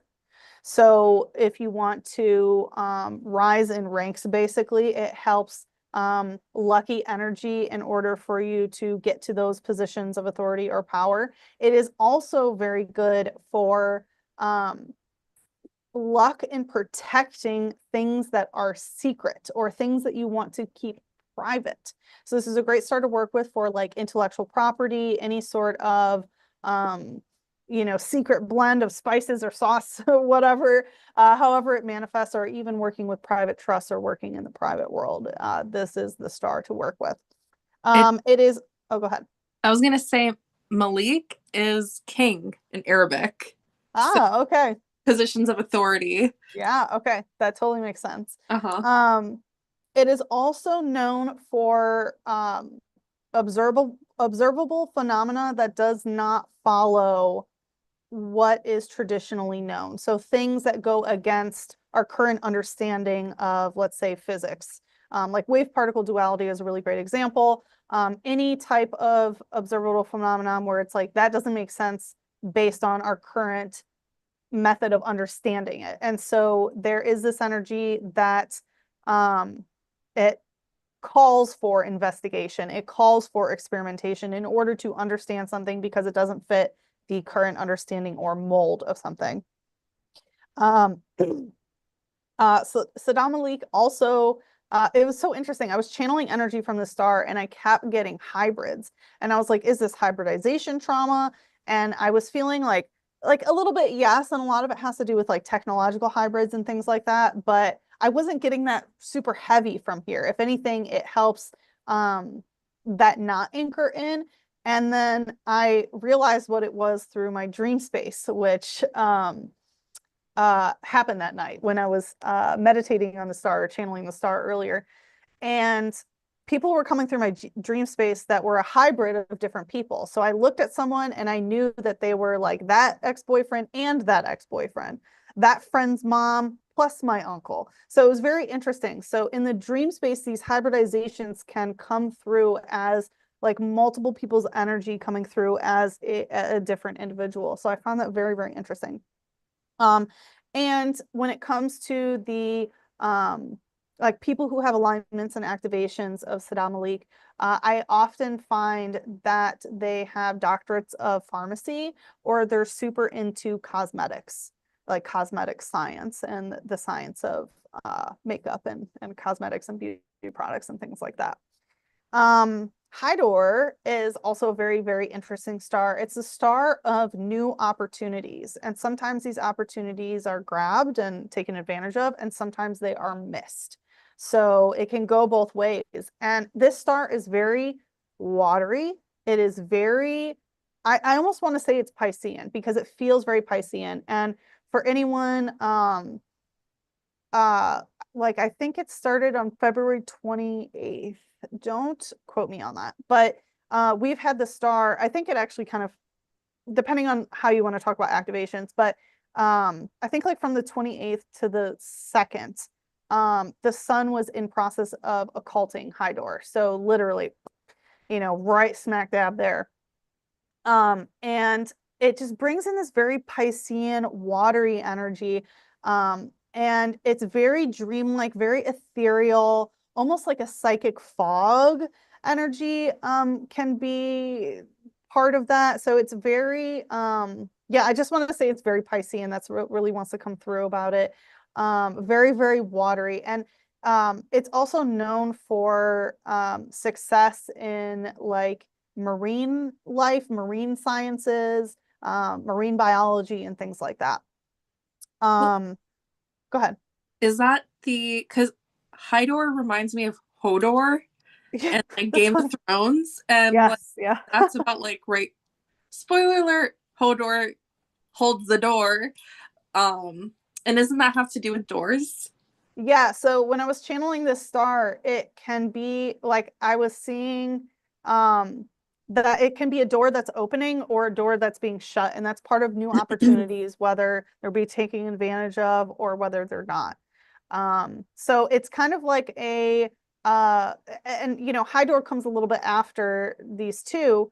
And so basically the timeline jumping and shifts that you've done through Settle Soak Sad Malik and Enif, and through those mechanisms, High Door is basically the star that either has those timelines open to you or closed.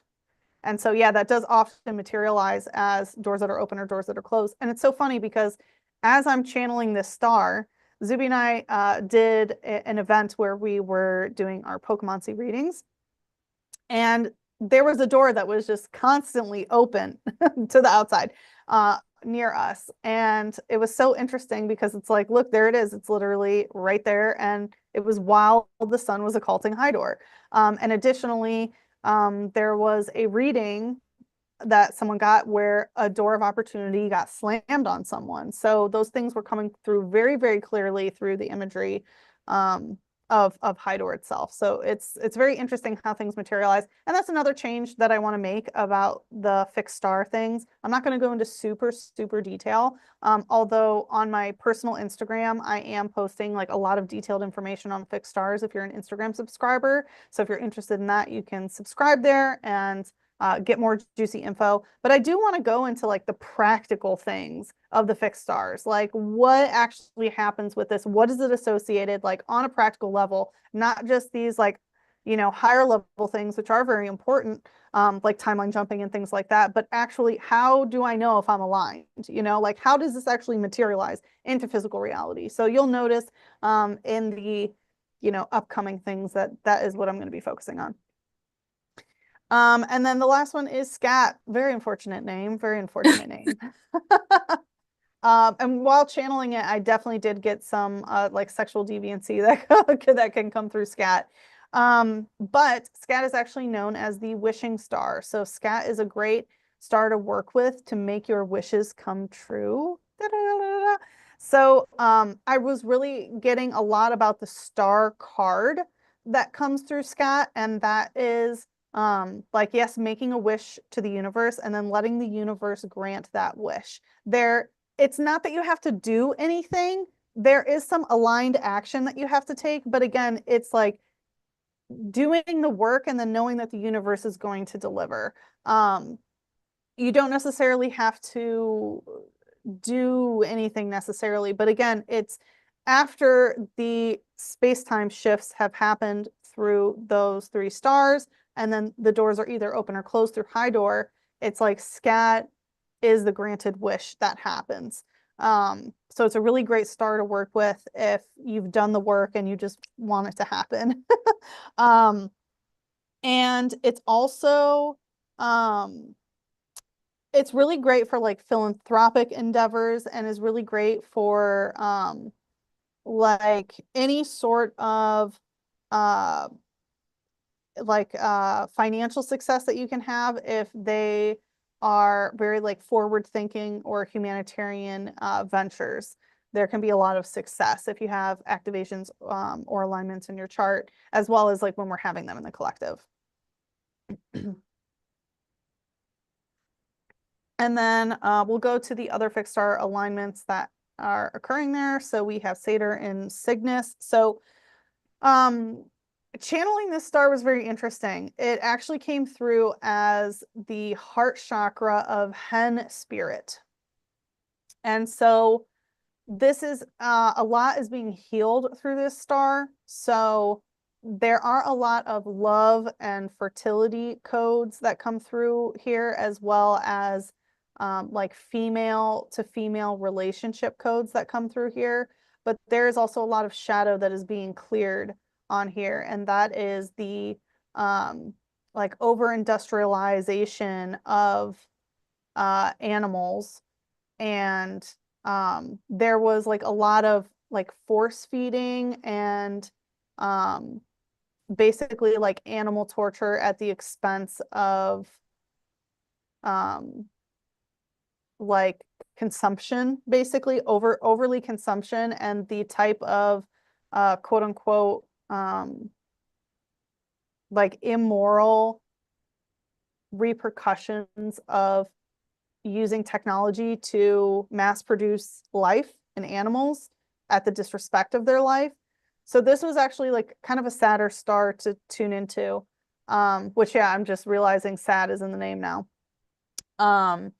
And there is energy. The thing is, Hen spirit consented to this before coming to Earth, so it's part of the karmic lessons of Hen spirit to go through this, and part of that is its connection to humanity and allowing humanity to reclaim the sanctity of life of the Hen, and we're already seeing that. And as for those of you who don't know about Cygnus and the alien architecture that was installed there, a lot of yucky stuff. The monetary system used to be controlled through Cygnus, through the alien architecture there, but the alien architecture has been dismantled.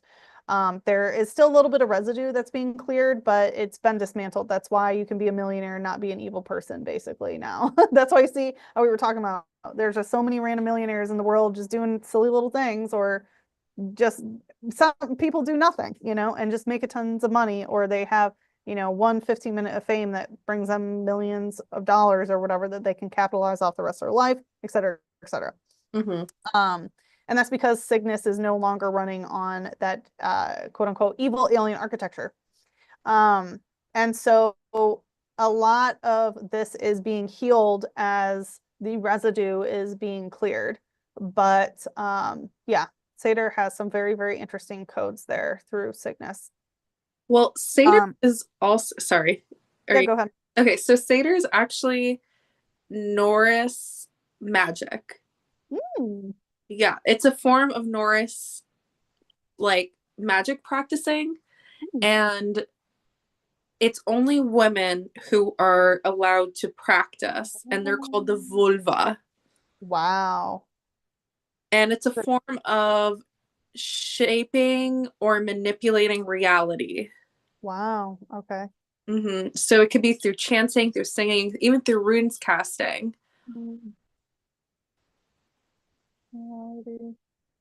Rune, say that again. I need to write this down. Through runes? Yeah, runes, chanting, humming, or like even storytelling. And that really does show like the power of the words, because it's like what you speak goes out into existence. Like it's very powerful. That is very interesting, especially because hens are only female, right? If it was a male, it would be a cock. So that's very interesting, all those feminine codes that are coming from here. And another interesting thing is that Satyr is also a star that is known to overthrow and or exile governments. So overthrow governments or exile government leaders if they are not in a position of power. So that's really interesting when we think about the use of animals, or even the use of government and things like that, and how, aligned women of power might not have the same issues, as maybe a male would. I guess women should always tend to the hen house. Yeah, that, and also it's so interesting because, again, and back in the Norris days, like if a man were to practice it, like you would be outcast, like Wow. like by like you can't do it. It's the woman's position to do that. Wow. And then in Arabic, cider is a type of leaf or an herb. Yes, I think the jujube. Huh? The jujube. Is it? I believe so. Oh. It's also known as a jujube. I thought jujube was a type of dates.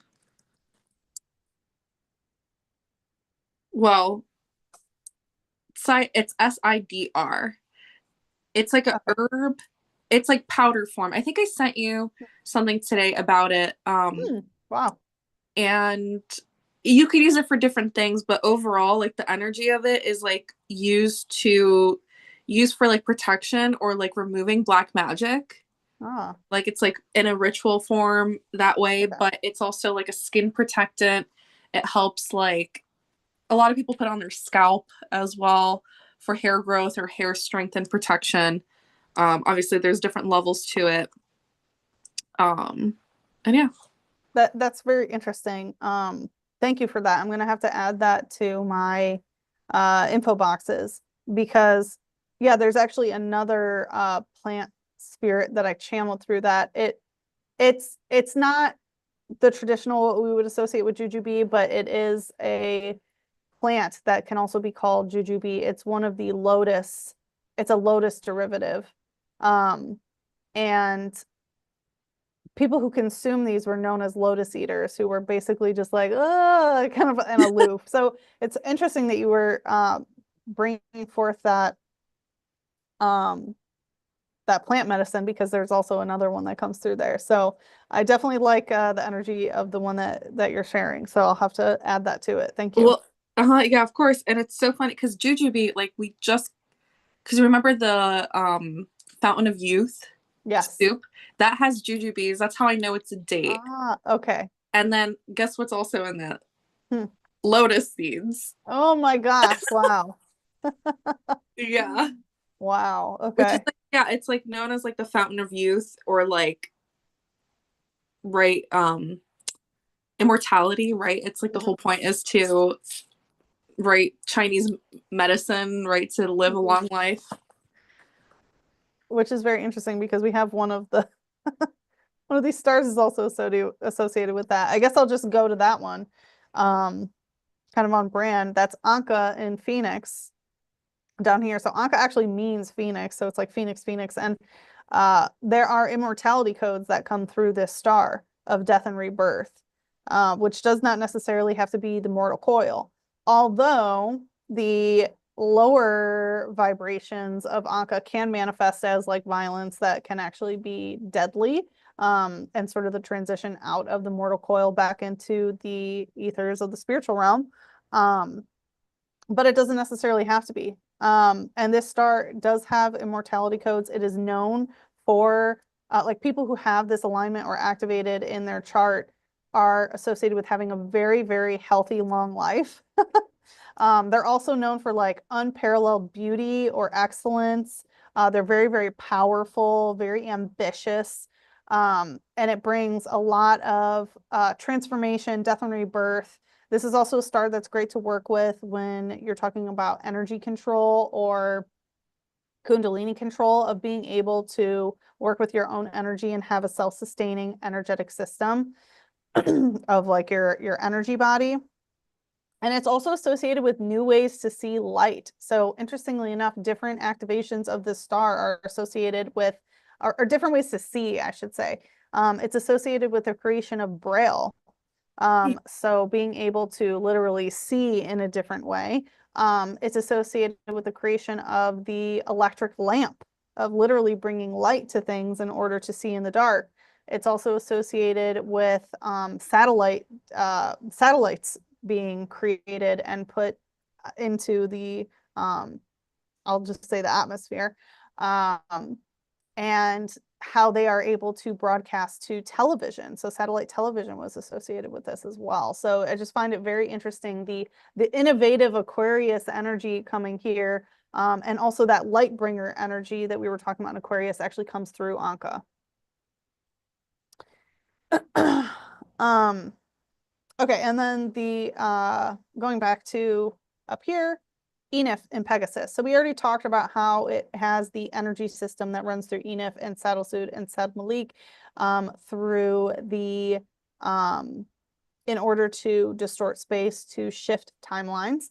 And on this star, we also have the unicorn Pegasus hybrids that come through here that help with that timeline shifts. And also a lot of elementals are known to be associated with Enif. So the elemental realm, which Zuby, I know that you are, do you mind if I already asked you this like a while ago, if it was okay to mention that you have an alignment with Enif. Oh yeah, uh-huh. Okay, so Zuby has an alignment with Enif, and even before she knew what the F Enif was, even before she knew she was a true sky Aquarius, when I had met her, she identified as a fairy. Her pronouns were Fae, Fae. And so, yeah, she was a fairy. She wore her wings everywhere. And it was right after I started working with the fairies. So that was also a very interesting part of us connecting. But yeah, it was very interesting because yeah, a lot of the elemental realm is connected to Enif. So that's the fairies and unicorns, dragons, all the elemental realms that come through Enif. um, so when I was channeling Enif, it was coming to me as a ball of pure source light. So which is so funny because that's exactly how Zubida is. Especially when we first met, it was just like this giant ball of light, like whoa. Well, what is it now?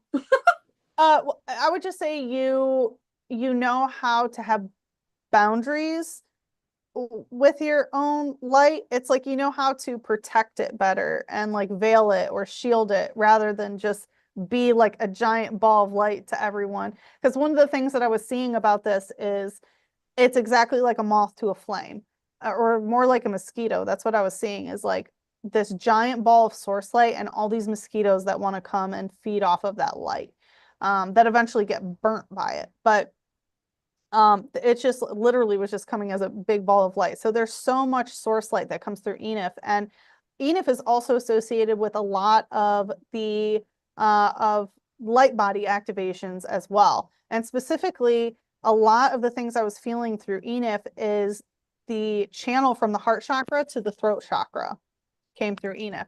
So a lot of heart chakra healing or even tearing, and how that influences the energy flow up to the throat chakra, which is then being, conveyed through word and sound and things like that. I guess I'll ask Zuby, what's your experience having major Enif alignment in your chart, if you care to share, if you have any. Yeah, I mean, like you said, the whole elemental realm and stuff like that, and it is in right my sun sign. Yeah. So that being like right my sun, the core of who I am, and incorporating that. And when I was studying to become an elemental practitioner, and we're going through the course and tapping into the spirit realm and meeting our spirit guardians, my spirit guardian came in as a Pegasus unicorn hybrid that was iridescent, so beautiful, and it was so powerful.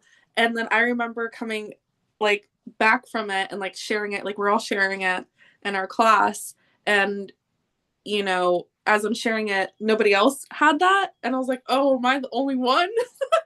But my teacher said like Pegasuses like are known to like bring huge change, like big changes into the like realm, because unicorns, right, help us timeline jump, but the Pegasus has these wings, right? And it's kind of like that angelic frequency of yeah, like either helping shield humanity or bringing in this huge cause. So it's like it brings big waves. So having Enif placements, like you do have this huge calling, especially through Aquarius. It has to do with humanitarianism, helping humans at this time evolve on a larger scale. So it is like big things to kind of fulfill. But it's embracing that, right? Because with this ball of light, it needs to, right, ball of light needs to disperse, it needs to move, it needs to, right, because light is like the speed of light, right? It's just channels instantly, and spreading that as well. It's so funny. I should have just mentioned it back then, maybe like a couple, like 30 minutes ago or something like that. And like spirit guides, I remember I was talking to a friend and they're like, I'm tapping into your spirit guides, and it's just like a big ball of light. Like that's it. It's just light frequency. Oh, Oh, okay. That was crazy. You were like, I was tapping into your spirit guides, and then it cut out. all right. Well, there you go. I guess they're protecting themselves. Yeah. But anyway, so yeah, like the Pegasuses are just, yeah, like very, or at least this code of it through the star, and it being no matter where it is in your chart, you could definitely see where you're meant to bring big changes to humans, whether it's an invention, whether it's bringing something that will help shift humanity into ascension, pretty much. That totally makes sense, especially with anchoring in that light and the light body activations that come through Enif. Mm-hmm. Go Yeah, ahead. yeah, that's all I was gonna say about Pegasus. It like when I'm tapping into it, it definitely, like I'm seeing their wings like protecting Earth. Like it's just like all over, kind of like that. That's beautiful. Mm-hmm. That's very beautiful.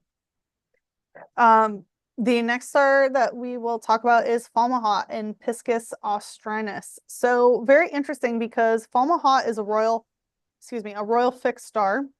There are 4 of them, all in the fixed signs. There's one in Scorpius, Antares. There is one in Taurus, Aldebaran, and there is Regulus in Leo. And then there's Fomalhaut, which is associated with Aquarius, but it's not actually in Aquarius. So I find that very interesting. It's actually in Piscis austrinus, which is the fish, very similar to Pisces. It's another fish, not the Pisces fish, but a different fish that is under Aquarius, and it is depicted in a lot of the asterism imagery that Aquarius is pouring that water into this fish's mouth. So I find that very, very interesting.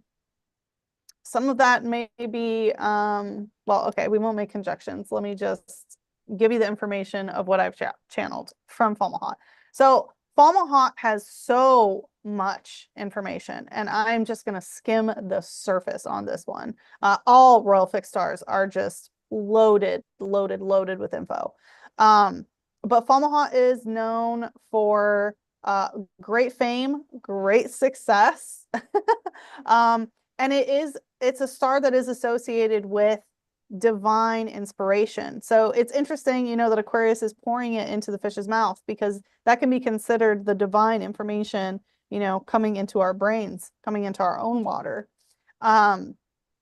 Because it is associated with those aha moments, having inspiration to invent something new and things like that.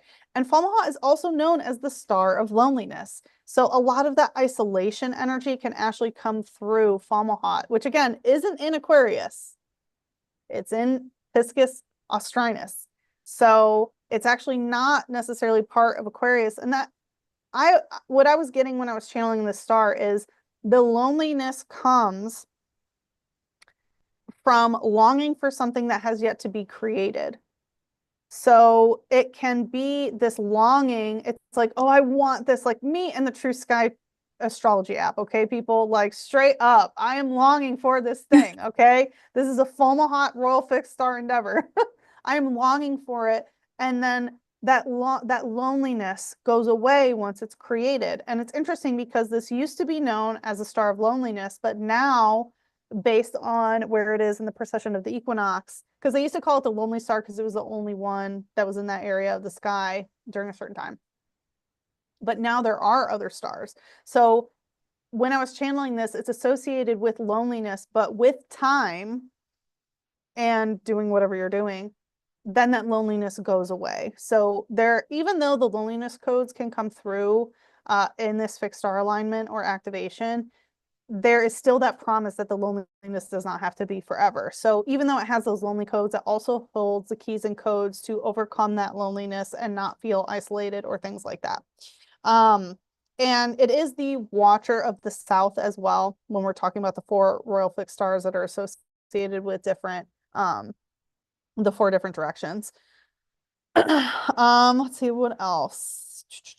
Oh, when it comes to the specializations of what I've noticed of the activations and alignments here, a lot of people who have Fomalhaut in their chart are really great biologists and embryologists. So people who work with embryos and things like that.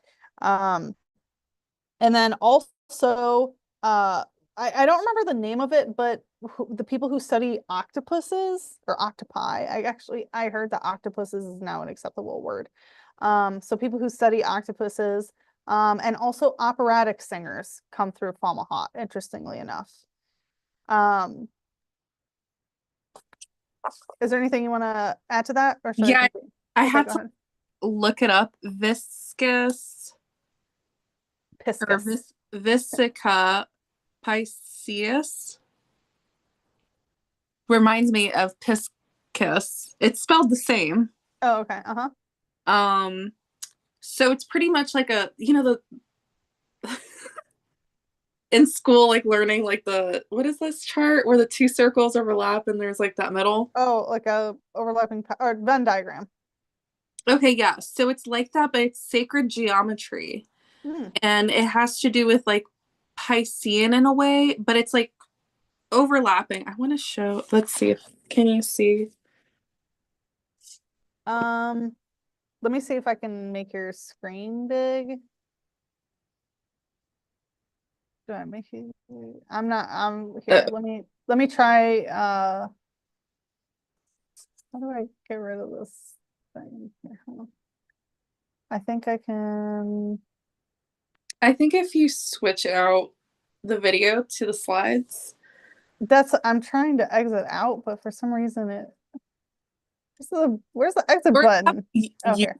okay. Okay.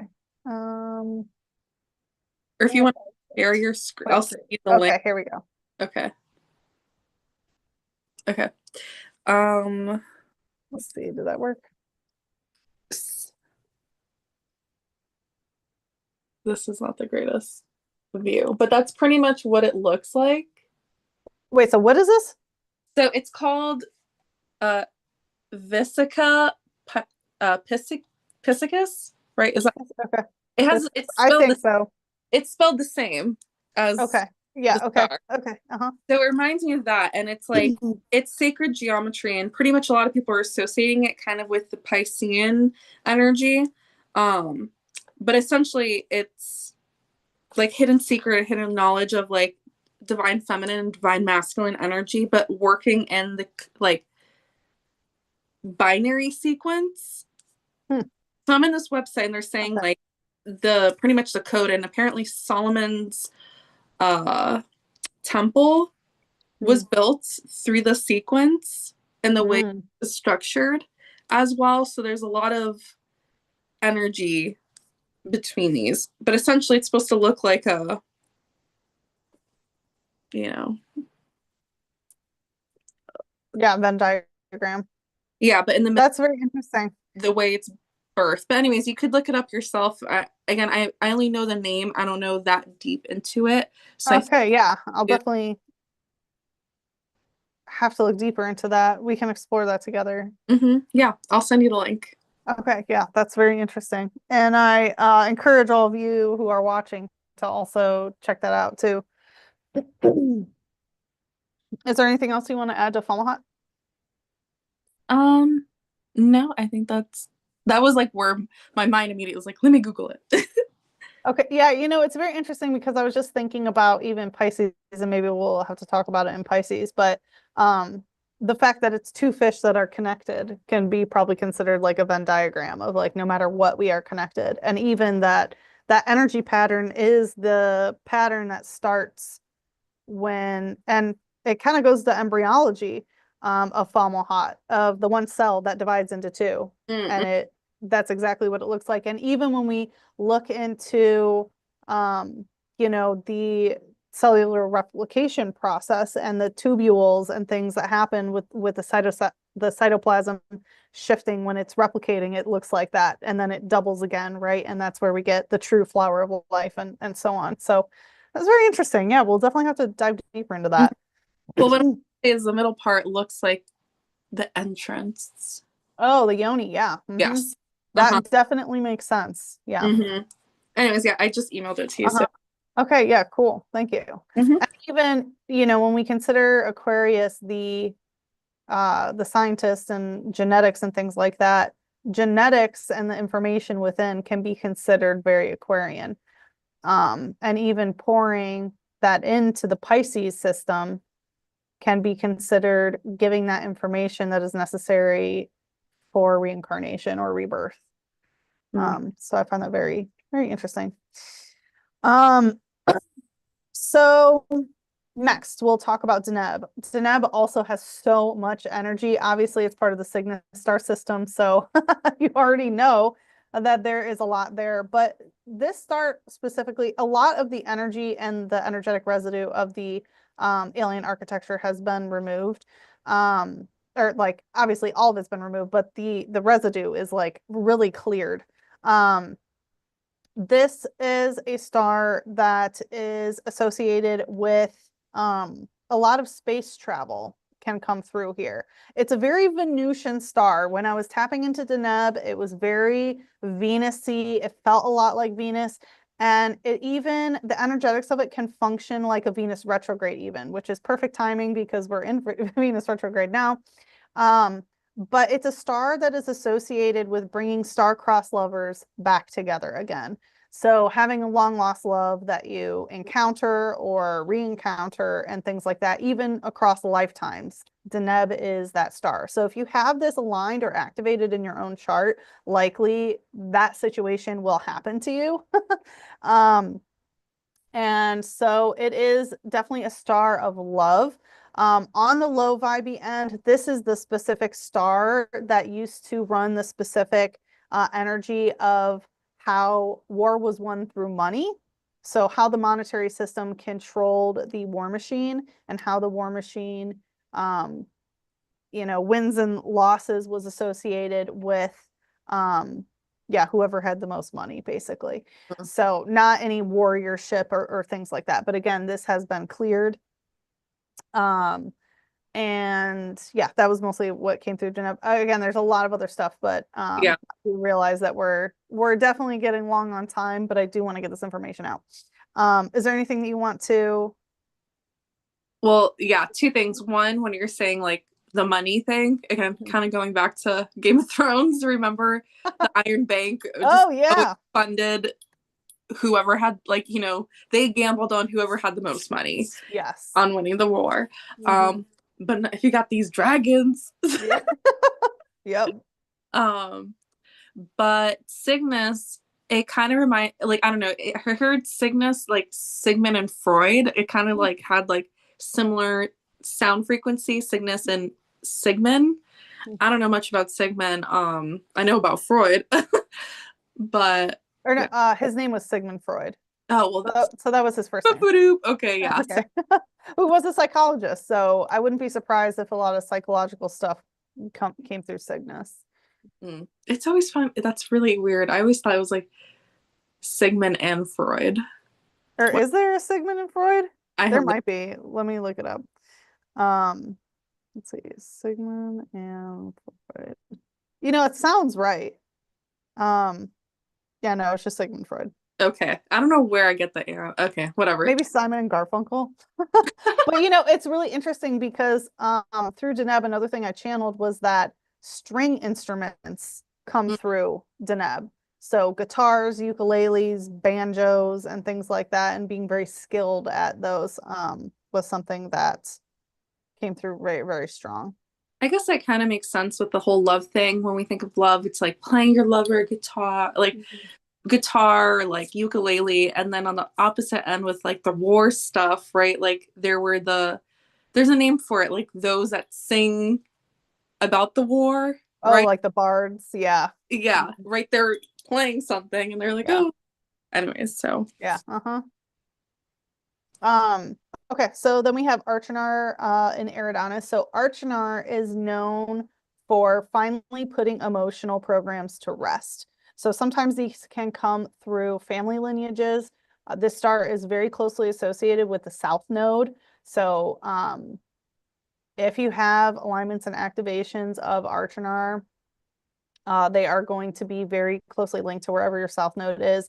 Whenever we have alignments and activations of Archenar, Achernar, um, in our solar system, when we collectively go through that, everyone's South Node is inherently activated, as well as wherever the South Node is currently is also highlighted. So a lot of past life stuff. It really it helps you identify where your comfort zone is. It helps with karmic gunks and karmic gifts. And all that South Node stuff. But it does help put any emotional programs to rest. So it is closely associated with the emotional body and different lunar programs. Um, and let's see, what else? Oh, yeah. So this star is also associated with a lot of philosophical and like theological and ontological religious energy. Um, so it's very like curious about the big questions in life, I'll say. The low vibration of this star came through as Christian cults, especially those that want world domination and want everyone to follow their belief system. It was very unsafe. So there's a lot of like not being safe there that can come through. And obviously, that's something as a collective we are working through South Node stuff of past-ish in terms of like crusades and any sort of religious cultism that wants to eradicate people who believe differently. Oh yeah, and then we went through Anka, so that's that. Is there anything you want to add to Eridanus? Um, mm, it kind of like, again, just hearing what they sound similar to, like Nostradamus. Mm, He predicted a lot of like dystopian stuff, yeah, he did. rather than like, I Yeah, mean, it's like cool to doomsday. Yeah. like predict things, but it's like you could also predict some cool things too while you're at it. Yeah, and that's the thing about predictions is like we already know the quantum web of timelines that exist. And that's also something as part of what we do through Pokemoncy and stuff where people are like, "Oh, tell me my future." It's like the point is what future do you want to get to? And we'll give you the guidance in order to get there. The future is not fixed. There are some things in accordance to divine will. And that's another thing Enif is associated with that I forgot to mention. Pegasus alignments always anchor in divine will. So it ensures that free will and divine will align for timelines that are in accordance to divine will. But yeah, there are some things that are fated. There are some things that are destiny. So there are certain timelines that must come to pass. But in truth, most of our timelines are our choice. And so when we have these prophets and things that are tapping into different timelines, it's like, first of all, what entity are they worshiping? If it's a bloodlusty, fucking crazy ass entity trying to be the Lord of all gods, but it's not even a real god, like, yeah, of course they're going to be tapping into these dystopian nightmare things because that's what that deity is trying to make Earth become. So, you really have to be careful with a lot of prophets and what people say or what they see in the future because it's so important to rather find oracles and people who are prophets that can tap into multiple futures and just help you get to the one that you want to get to. Mm-hmm. And that is something that Zuby and I both specialize in. I myself am an organic timeline keeper, and I literally specialize in manifesting your highest vibrational timeline. That's been my thing for a long, long time. So, Mm-hmm. Yeah, I'm all about finding your light and rekindling yes. the light, and that is the light that will guide you. And they even said, like, it's inwards. Like that's the kingdom of heaven is found inwards. I did want to say one more thing about Enif is the Rainbow Bridge. They are the Rainbow Bridge. Yes. Yes. Yeah, I forgot to mention that as well. Again, there's so many things about these stars. I know, yeah, I just wanted to Yeah, mention no, that. it's so important because yeah, the rainbow frequencies do come through Enif as well as some other Pegasus alignments like Elgenib, which we are going to have. So Venus has been toggling Elgenib alignment for quite some time. It was aligned with Elgenib and now it's retrograding, so it will be again. And then we are going to have the second eclipse this month in March with the alignment with Elgenib. So this is a really important star, and the rainbow rays come through that star in Pegasus as well. But yeah, some pretty big stuff. Mm-hmm.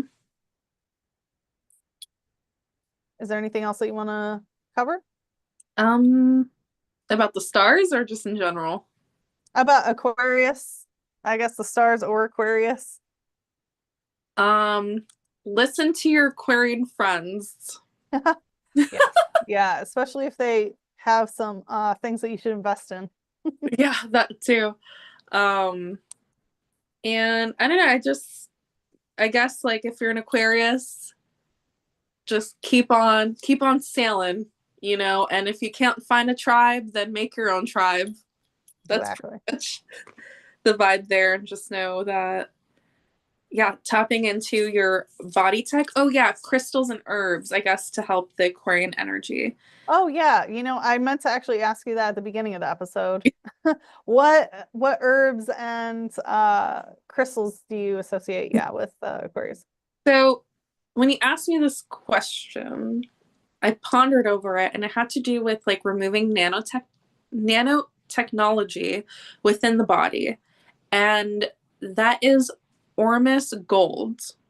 So that within itself is kind of like, it gives very Aquarian. It's like Aquarian, and it's like very malleable in a way, but it also, like, when I see it, it looks like Mercury. You know how like Mercury moves and stuff like that? That and silver, colloidal silver as well, to help clear the body of any yeah, just any of those tech stuff, to help clear your vessel and make sure that there's no implants or anything like tapped into your system to be, removed, so you could actually work at, so your body, your hard drive can work at its most optimal frequency. Definitely look into it. That's what they, consumed back in ancient history. I mean, ancient civilizations and stuff like that. And it's key to also decalcifying your pineal gland as well. And bismuth looks like tech Very stuff. high tech. Yeah. Yeah. And And it's rainbow. yeah, rainbow rays and crystals, also any form of crystal, really. That's what's in our phones, that's in our tech. It's a conductor of energy in our phones. So yeah, working with any crystals. And there was one more thing too. Those crystals that have like codes in them. I think they're called like Lumerian crystals, Yes. right? Yeah. Uh-huh. The Um, crystals. Yeah, they're a version of like clear quartz, but it has almost like a barcode on the side. yeah. Uh-huh. Yeah, and you're supposed to like rub your finger back and forth on it while you meditate, and the barcode basically brings you that information from Lemuria. Hmm. Yeah, so I guess that came through, and it's very unique. Yeah, like barcode, kind of like scanning and getting Yeah, codes and beep boop boop beep bop. yeah, true. I'm definitely getting some D-to-E vibes. Beep boop bop bop. Beep boop. But yeah, just antenna frequencies as well with the Aquarian energy, and just like channeling that into the body, and the body code and tech, and just nervous system regulation is just like key. Again, sometimes the language, like tech language, is different. We're learning the tech of our body, and it doesn't have to make sense verbally or consciously. It just has to make sense subconsciously through the body. Yeah, that's the knowing, right? The knowing of the being. Mm-hmm. Yep. But yeah, that's all I gotta say about Aquarius. Okay. Mm-hmm. Well, thank you so much for being a guest on the podcast, Zubida. You have been enchanting as always.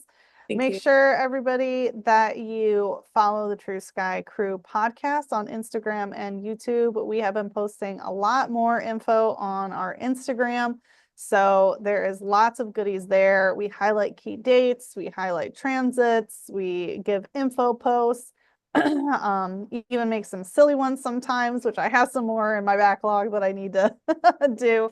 And then you can also find me at Sachi the Seer on Instagram, YouTube, X, Threads, where else? Everywhere, I guess, on every social media platform, except I don't have TikTok. And yeah, you can find me there. I do want to let you know that my books are open. So if you're interested in a private reading, you can go ahead and book with me at sachitheseer.com. And again, you can find Zubida at Baby Dragon online. And oh, is it? Okay, yeah. Yeah, and if you want to clear and activate your body tech, I would love to work with you. My books are open for energy sessions and one-on-one stuff or readings. So yeah, and thank you so much again, Sachi, for having me. Love talking about this stuff, and yeah, thanks again. Yeah, absolutely. So I don't have a specific date for our next episode yet, crew, because I am going to be looking for a guest to come talk about Pisces, and eventually I will begin the transit episodes again.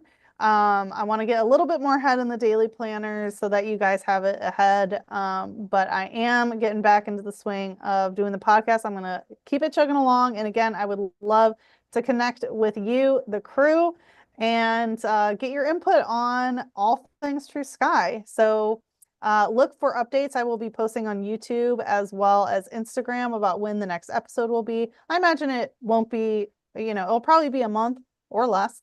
But until then, keep looking up because the true sky don't lie. And when you align with the true sky, you align with your true self. That's right. Bye. Take care, everybody. Bye-bye.